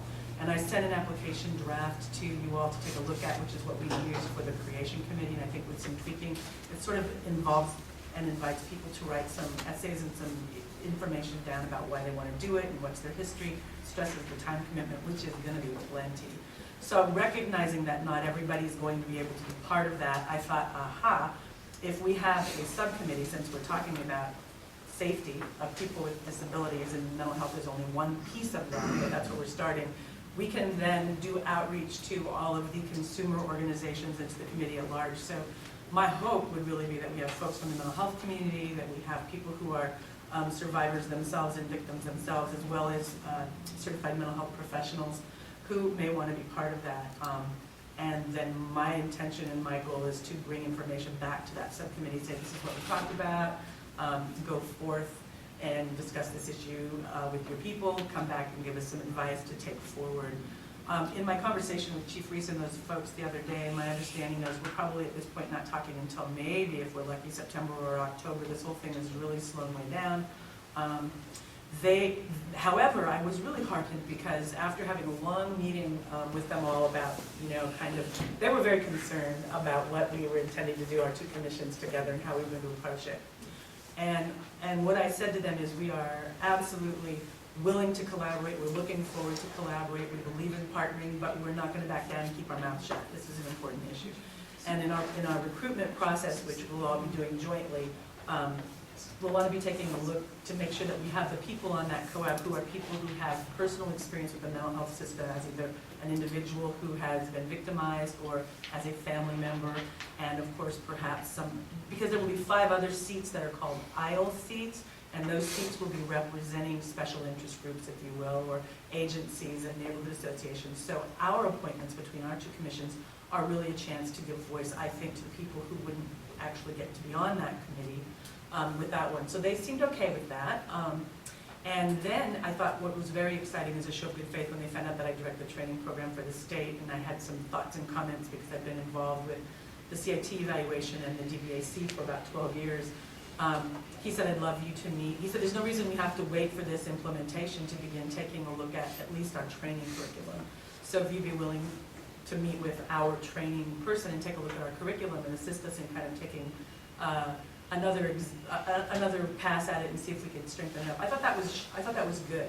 And there were several parts of the timeline of implementation that he voiced, saying we don't have to wait until we actually have the staff on site. So as you all know, whoever's going to be in charge of this massive project, and I will say to those of you, if you've taken a look at that settlement, I just pity the person who ends up with that job because you'll be serving a lot of folks, and it's an intense workload, and it's going to be highly visible, as it should be, and so the goal is to really keep that communication open. So I want the subcommittee from our committee, since we do disabilities, it seemed to make sense that public safety and disabilities would be there. And my background in the 80s was working in mental health in Portland, so before Cascadia came to existence, I worked at Mental Health Services West and Multnomah County, so I'm thinking that we'll be able to get some people. We've already had one person through the Mental Health Association of Oregon who's very, very well thought of in the survivor community, very articulate woman, has a lot of experience working collaboratively with the police, express interest, of which I am really happy to see because she understands how much work it's going to be.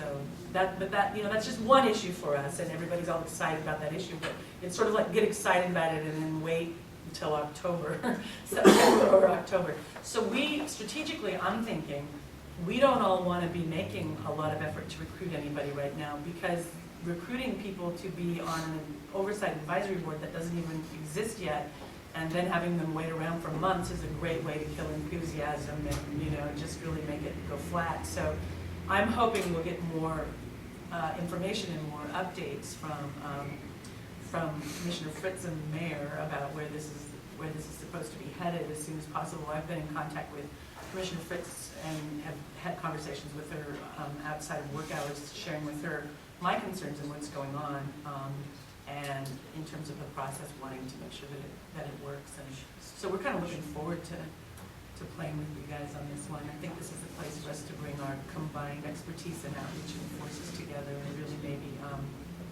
have, I hope, a broad impact. So one of the things that we've been talking about over the last couple of months, is working more closely with the Portland Commission on Disabilities and our other community partners on these kinds of projects, being able to help each other stay informed about the things that are going on in the Human Rights Commission or the Human Rights community, the Disabilities community. things like that. And so I know that we're really looking forward to working with you on this issue. And as other issues come up, if there are things that your commission believes that we would be able to collaborate on effectively, we would really love to hear about it. Well, absolutely. I know we've been Same way working with you on on your your side. language stuff, and that was really great. Thank you so much for asking us. I think that was a really nice thing. I don't know all your subcommittees. I kind of read your stuff. I keep abreast by reading, but I do know that there are opportunities, frankly, within all of our subcommittees, especially if we're going to be talking about public outreach and creating speakers bureaus and educating people to sort of become visible in all of the decision-making bodies of the city. It seems to me that there would be some really wonderful opportunities for us to kind of strategically take a look at how can we recruit strategically from underrepresented communities who may not even be comfortable disclosing they have disabilities. It's not a popular thing to share, as we all know. And make sure that we have, not only just dominant white disabled people, but that we have people from all of the other communities that are not necessarily always comfortable coming forward. I've done some work with the Somali community out in Washington County on several issues, and I've had some really wonderful success in getting some of those folks to come forward around developmental disabilities, but that's a whole other ballpark. So to me, I think the opportunities are good. We'll have our election on Friday. For our new chair, I'll still be a chair emeritus. Jen Campbell, who you all know, and I will be the two chair emeriti of the commission, which essentially means you have to still do all of the work. And so, Ellen knows that. Yeah, so we'll still be there, and all of our, and I don't know, you guys are all meetinged out too, I'm sure, and so somehow figuring out a better way maybe just to even communicate between us the issues that are kind of coming up as hot topics, and sort of giving each other, sharing advice with each other, maybe, like, here's a position you might want to look at, or here's some legislation, or here's, something that's happening in the community. We've taken a look at it, and we think this, we'd like yours. It seems to me, if nothing else, we can be giving each other sort of position guidance on topics so that we're coming across somewhat more as a unified force. And I think our commission is finally growing up enough to do that. We just spent 3 years building our work plan and becoming functional. So we're now in a position, I think we're strengthening our ability to interact with other parts of the community. It makes sense as part of natural evolution. So, and I like your buttons. Thanks, Lloyd. With your subcommittees, we deal with housing issues? The housing, so that's the built environment, housing in the built environment, and that chairs Alan Delatour. He's a graduate student at Portland State University, finishing Alan. That committee has been very, very active and has gotten a lot accomplished. And in fact, we've co-sponsored some policy papers and looked at some stuff with Portland State University and brought some folks in. That, in terms of the issue of, I want to let you know, we have in our sites taking a look at the contracting processes. This is something that's bothered me for several years for the Housing Bureau, and PDC taking a look at the contract processing, not just to see how much money is awarded to women and people of color, but how many people with disabilities are receiving micro enterprise loans, what's the policy, and how is that done. And I know when I was meeting with Dante to talk about doing the whole sort of equity assessment for the city, it's difficult with disability. It's because so many people have been conditioned over the years to hide that. And so now we're trying to say, we'd like you to out yourself, so that we can actually take a look at the whole equitable issue of that, and getting trust, as you guys will know, is going to be a part of that. So Alan Delatour would be the person to talk about that. That's an obvious choice in terms of discrimination. And he has done work on the inclusionary stuff that you guys have talked about, the inclusionary zone. Oh, yeah. Great. So. Yeah, even before, having this formal meeting, I've always kind of viewed you guys as like our sister organization, and so I'm excited to hear the work that you guys. That's nice to hear. We're like the foster sister who lives next door, and we never get to see each other because the system has sort of not brought us together, right? So when you guys were talking about we should have this big dinner for commissioners, we were just having this conversation. Levon organized a wonderful event for us because I kept saying we never do anything but work. We're always process oriented. We need to celebrate our successes, and wouldn't it be great if all of our commissioners got together and got to know each other? I know some of you came to our wonderful event.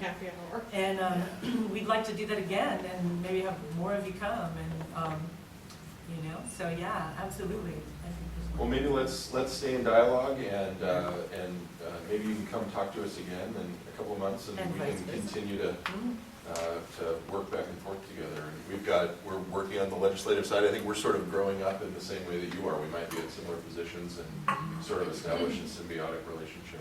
Good, that could be great. Well, we'll definitely be forced to be in touch, in a couple of months, but let's not wait. It's kind of like, whoever it was who gave that wonderful impassioned speech about let's not wait till people pass in order to acknowledge what's good. Let's not wait till people pass in order to say, hey, we should put our energies together. It's the obvious thing. So thank you for inviting us to talk. We've got our little meeting starting down the hall there in a couple of minutes, and I'm going to take your button if I can. Please do. I'm going to be wearing it at the stake. Thank you. Thank you. Thanks, Ann.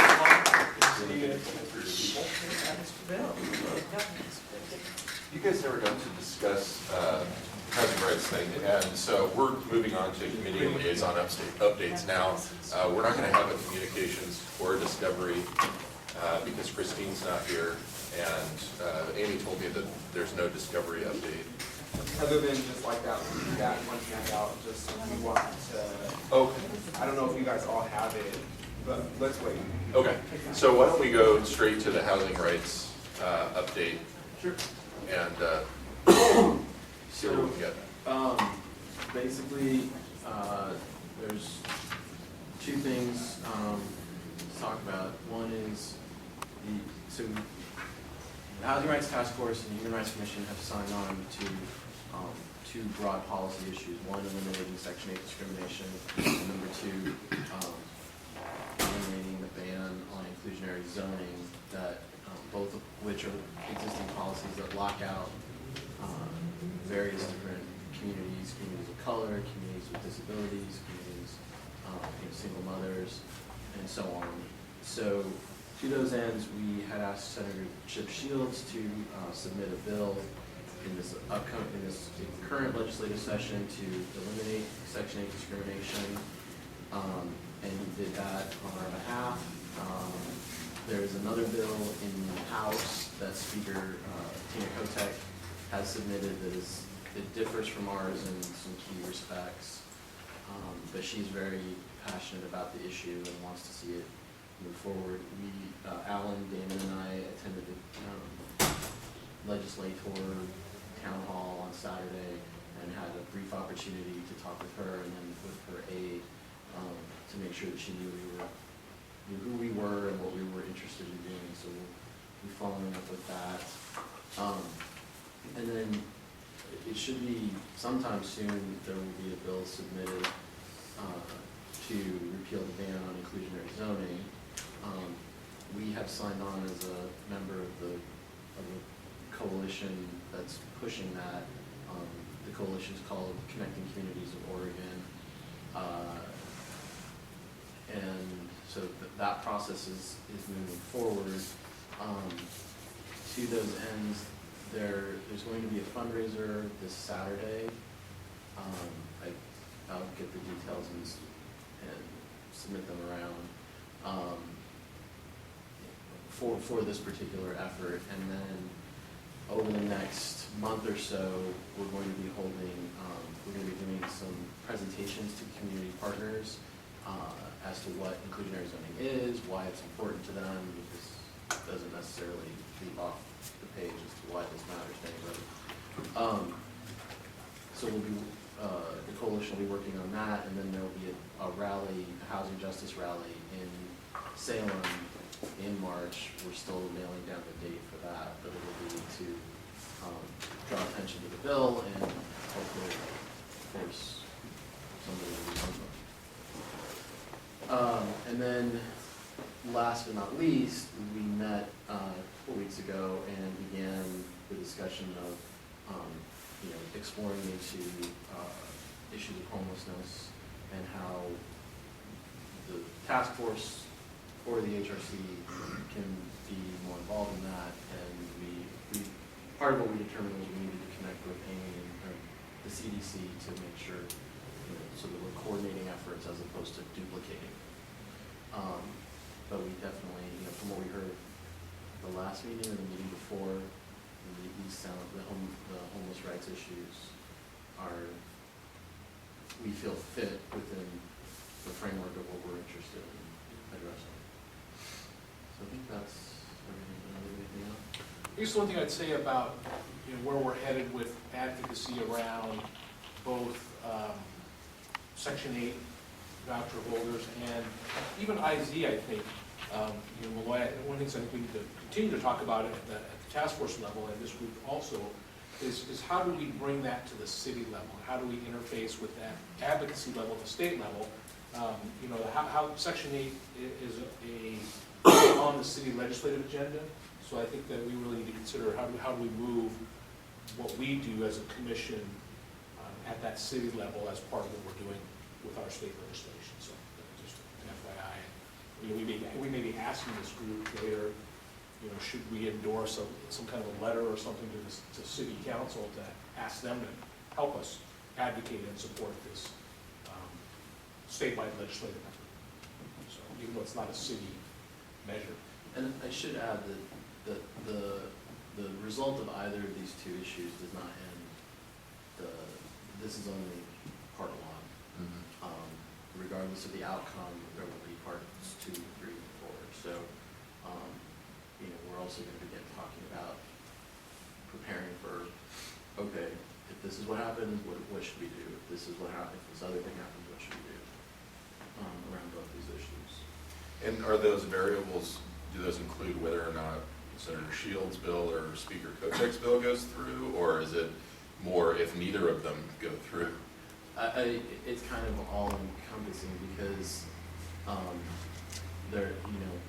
one is understanding exactly the differences between the two bills, and they keep, like in the article I sent around, it says that it doesn't actually prohibit Section 8 discrimination, Senator Kotek's or Speaker Kotek's bill, but when I read it, I don't quite understand how that.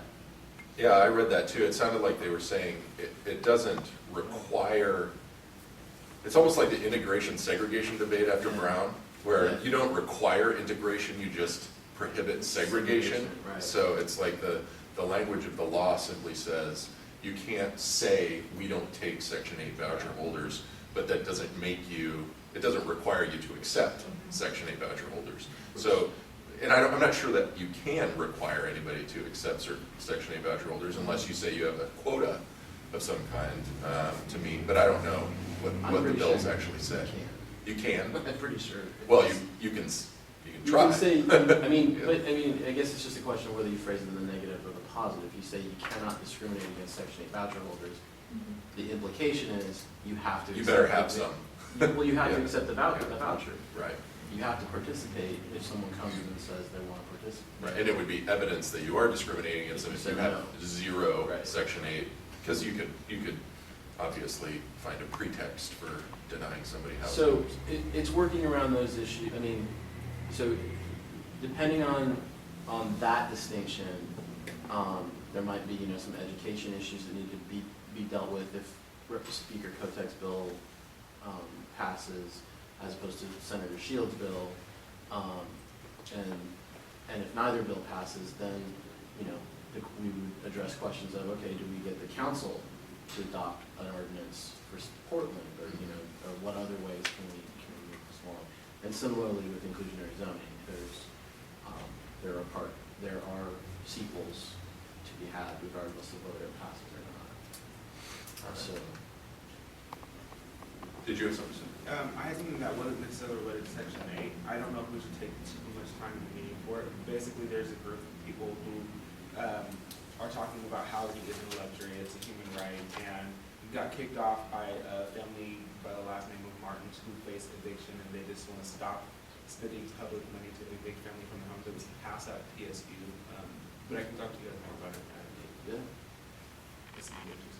Yeah, and one of the things, I forget what meeting I was at, I heard, but the Occupy Northeast folks are organizing around eviction prevention, primarily in the foreclosure area, but I know that in that way, housing is a topic for them too, so we might want to talk with them.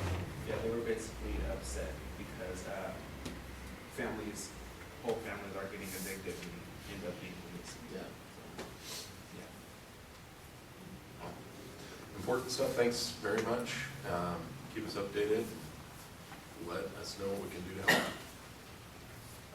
Okay, Diala, did you want to quickly go through this? We do need to get to. Yeah, it's quick. If everybody gets this, you guys can hand it back at any time, but basically, CDC is trying to come up with organizations to collaborate with. Oh, nice. And so we have like a starting list, but we want as many people as possible to just put organizations on according to what part of town that they're in, because that's how the forms will be placed, is in each part of town, like Northeast Portland, Southwest Portland, so on. So. And ideally, if you can do that tonight, Yeah, that would be ideally. great. Oh, you want, so give us your feedback on this tonight. If you have thought, if you're able. If you're able. If not, I can send it also in a Google Doc, and you guys can just type it in, and I'll have to type in a thing as soon as you type it in. I'll send it to everyone. Cool, thanks guys. And so Christine's not here, and I don't think there was going to be a communications committee update anyway from her. And CPRC, do we have an update from CPRC? Just a brief update. At our January meeting, we participated in a strategic planning process where we are developing our work plan for the coming year. The meeting was opened with a presentation that Stephen Manning did on a history of the work that CPRC has done, and I have a couple of edits to that, to a document that outlines that, and I'll send it out to HRC too. But I thought it was a really good meeting where we went through a facilitated process, and we talked about the strengths and opportunities and weaknesses and threats of our current work, and categorized that, kind of did some action and limited goal setting out of that. So we'll be synthesizing that information on Friday and presenting it again at this month's CPRC meeting, and so we will have a formal work plan developed that we can share with all of you. Great, thank you. And Dante James has bronchitis, so he will not be joining us for Yeah, for the this. past couple of days. Would you like to update us on the Office of Equity and Human Rights? Dr. James has been out with bronchitis. They have a good-looking new program coordinator. You'd like to meet him, wouldn't you? Is there another one? I did call in sick my first week. That's true. Yeah, I'm still getting my feet wet. Well, thank you very much, and thanks for the food, for organizing the food. Who was it? I want to announce who brings us our food. Maybe last time they do it. It is Show Restaurant, SHO. They're located on Southwest Boulevard. It's one of my favorite restaurants, and the gentleman just took over the restaurant from, used to be part of the Koji franchise, but he bought it out, made it his own. He's a struggling small business owner, and so we want to. Well, thank you for introducing us to them. I have a quick question that you were first. Go ahead. Go ahead. I ask a question. I just want to, because Council move on quickly, I know you. I'll give a quick blurb about the BAC after Amy's. Okay. Forgive me if it's ignorance. Has Hales reassigned? So that's yet to come, whether or not the commissioners will be reassigned. All the bureaus are underneath Mayor Hales right now, and we will reassign them after the budget process is done. It's not, at this time, it's not known whether or not he's going to keep equity or not. So all the websites have been changed. Mayor Hales is the commissioner on for everybody. He just wants to put that on his resume. Mike. The office's Bureau Advisory Committee has started meeting. There have been 2 meetings. They started, the first 2 meetings really have been about the budget, so it's been a great place for me to sit. But I will say that the folks that are gathered there are really exciting. It's a really exciting group. We haven't talked about the substance of what's going to happen there yet, but just by kind of looking around the table and seeing the folks that are there, there's a strong social justice slant to the folks that are there.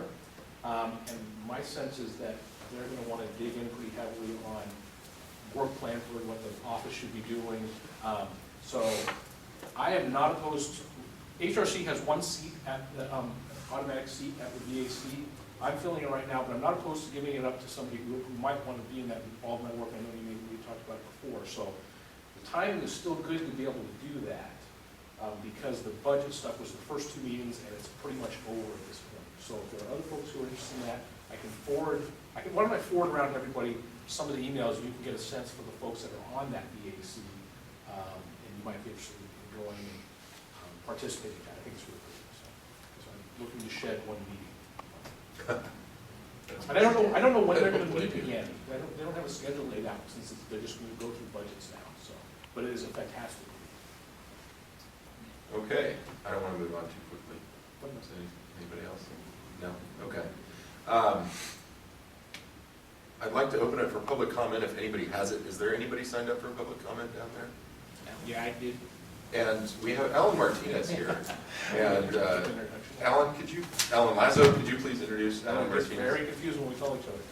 Alan, really, this was also the only place on the agenda to put this, so it's not your traditional public testimony. I'll speak for Alan for the moment. You're fairly, yeah. Thanks. So, no, come on up, Alan. I haven't seen Alan. Yeah, so Alan is becoming a grad student at Portland State. I am. He's a grad student at Portland State in Social work. In social work, and he has expressed an interest in trying to develop an internship that works with the Human Rights Commission and our. Sorry. So that's all. He has some great ideas. There are some logistical things that we need to be able to accommodate for us to do that. And so I'm trying to work with Alan and TSU to make this happen. It wouldn't be until the fall. So we're trying to go through those. One of them is that he needs to be supervised by an MSW, and I think the only person on the commission who is one is Christine. We might look into the offices and even the police bureau to see if there's somebody who might be able to do that. And he'd also have to work closely with a field supervisor or a task supervisor to accomplish this too. And so a lot of that probably would happen at the city office level. So there's a lot of kind of things we still need to figure out, but Alan is here to kind of introduce us to himself and to his ideas, some of his ideas. So I just wanted to give you that introduction first. And then, like I said, we're in an exploratory stage around this, but it certainly would be an exciting opportunity for both of us. Could somebody get an MSW by? Yeah, I'm trying to. You can get it online. I'm trying to.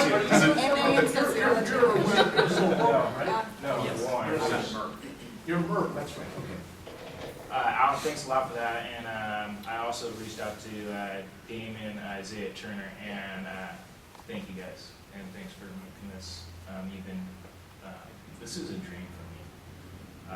So we'll just leave it there and move on to, currently I'm at Roosevelt High School, I'm interning there, and I have a group of kids. I'm interning with the Open Meadow Step Up program, and they're identified as having obstacles to graduation.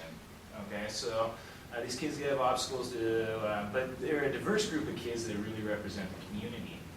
And as I've discovered, what we have here is we have a very, very nice forum, but I'm 34 years old. I'm almost past my time, and I need to be realistic with that. So my job is to make sure that the people that are going to replace us as leaders in the community understand where these forums are at. And I found you guys. So what I'm asking is there any way we can get somebody to come out to Roosevelt High School and let these kids know what equity is and social justice? Because they all know what it is. But I'm getting goosebumps thinking about it. They all know what it is. They live with it every day. They don't have a choice to be diverse or not. But can they get somebody that's professional to come and let them know that we're fighting, and eventually we'll get to the point where we want to be. And there's a place for you in our community as leaders, and your voice matters. And that's what I'm here to ask for, really. I also want to be an intern here. And I have some resumes if you guys want them, but I don't want to get sidetracked, so. When are you actually gonna do? Oh, I would like to help with that. Yeah, That's yeah, exciting. and this is awesome. So I'm going to be at Roosevelt to the end of this school year. So I guess maybe what I'll do is I'll just hand out a cover letter and a resume, and if there's anybody that feels like they want to be involved with that, you can go ahead and contact me, and we'll get some of these kids going to these meetings and get these kids educated. And I have a question. So, Yeah. my thought is, and what's a question, would it be feasible to imagine that part of an internship you do with us, if that's able to happen, would include a project that you're so inspired with? Maybe not just bringing this to Roosevelt, but a number of schools or other. yeah, Step Up, see, and this is what it's about. Step Up is the group I've been affiliated with, and this group is great. They're really serving young people. And they're currently at Gresham High School, they're at Roosevelt, they're at Madison and Franklin. I think all those schools, I'm not quite sure, I think all the schools are Title I schools, so they're definitely underserved populations there. Quote, free lunch schools. And that would satisfy your internship if Yeah, Okay. and what's really, really crucial for this internship, if this is kind of where we're going, I really need to be accepted as a learner. I'm a student, and I really depend on learning from you guys. Sorry, Friday, you're right next to me, sorry about that. It's really crucial that I'm accepted as a student, and you guys feel like you guys are my will be my textbook, and how I approach people is going to be because of you all. You're going to be with me for one whole year, 500 hours, and you're going to create the person that you know will go into the community and represent the HRC. Yeah, so it's an extreme honor for me, and that's just what it is. Yeah. So. All right, well, that's something we should definitely keep our eye on. So how do we find out exactly what the prerequisites are for? Alan?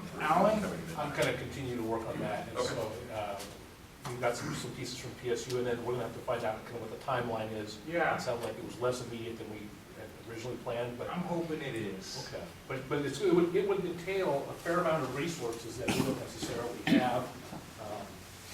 Maybe we're trying to work with the office to see if they would be willing to help, foster that partnership.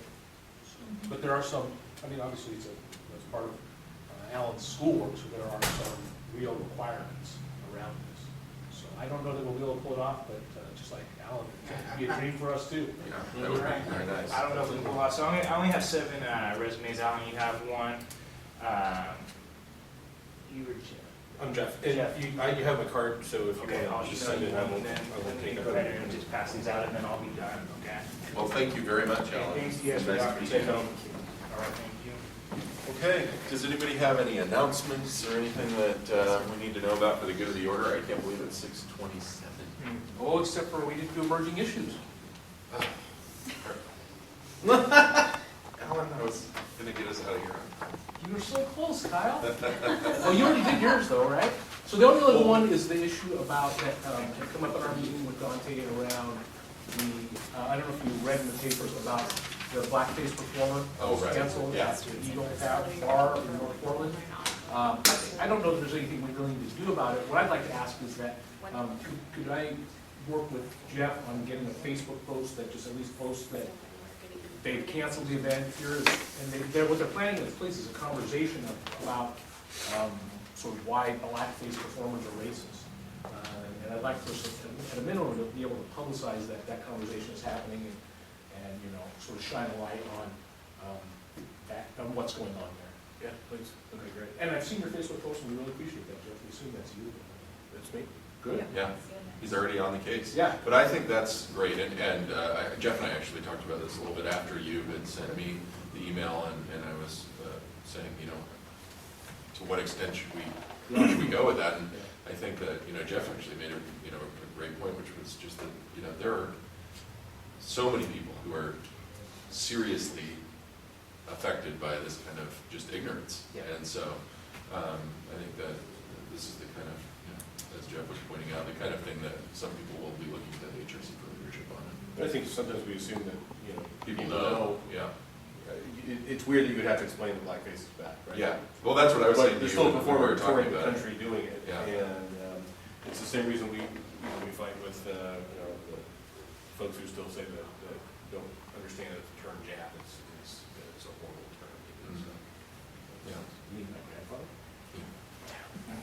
But it's true, it's the, because you can look at the online comments and see that. You see a lot of, I don't understand why this is so bad. So it's part of what our mission is. So whereas we might assume Right. that everyone knows, it's good to take a position.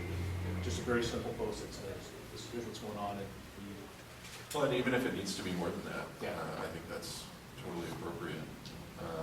Do we need to authorize you to do that? I don't think so. I just wanted to bring, again, that's what I wasn't sure about process for everything's that are gonna come up in between, now that we have, somebody that's running our Facebook and our website. So we have to develop a process, I think, for, And how do we trigger communication, since we're talking about that, I mean, I know it's 6:30, but Ashley and I spoke about this, and I know that Ashley had spoken to Amy about this recently, just about process and about getting our message out and not being hindered by the analysis that, and the process and actually being able to act on something and move forward.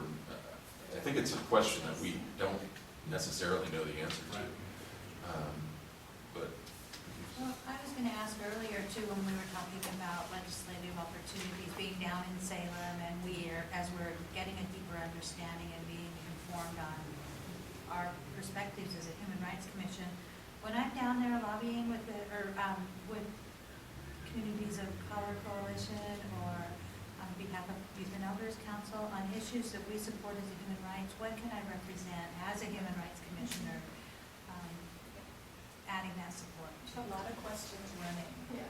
We've met twice about this, and we're really mostly docking the questions about Yeah. how do we handle this. So we've got a big puzzle. it's a difficult issue because one of us might say, well, I assume that everybody would agree with me on this and make a statement on behalf of the commission, and then 3 commissioners are saying, well, wait a second, I don't necessarily feel that way, and we should have voted on this, or we should have talked about this, and it's that's a really hard issue for a commission like this that meets once a month. But it would be really valuable to have a process for that, or to not have a process for that. Go ahead, sorry. Excuse me? Would an email be sufficient, say, could I go forward with this, and as long as we get everybody to agree? I don't think so. Then it's applied to a public meeting law or something. Okay.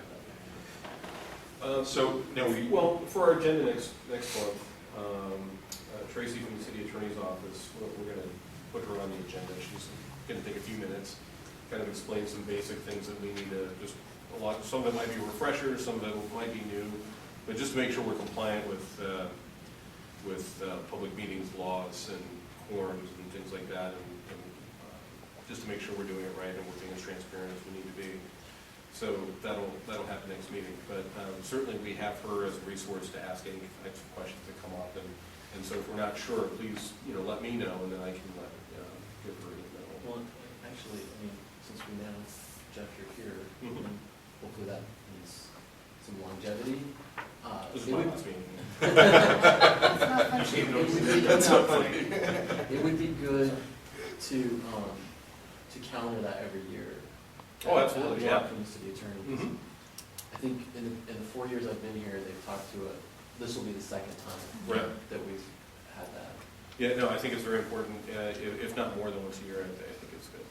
And Thank you. specifically on this topic too, next time, if we can try to organize our thoughts before the meeting so that we can have a real targeted conversation with her about this issue, I think that would be really helpful. But I also think that it would be helpful to come to that meeting with some ideas, not just, hey, if we want to make a decision, would this violate the public meetings laws, but have some model in mind for how we would like to do it so that we don't only find out what's wrong, but we have an idea of leaving that meeting what we will be doing in the future, because I think that is one of the things that is standing in our way of going from like here to here.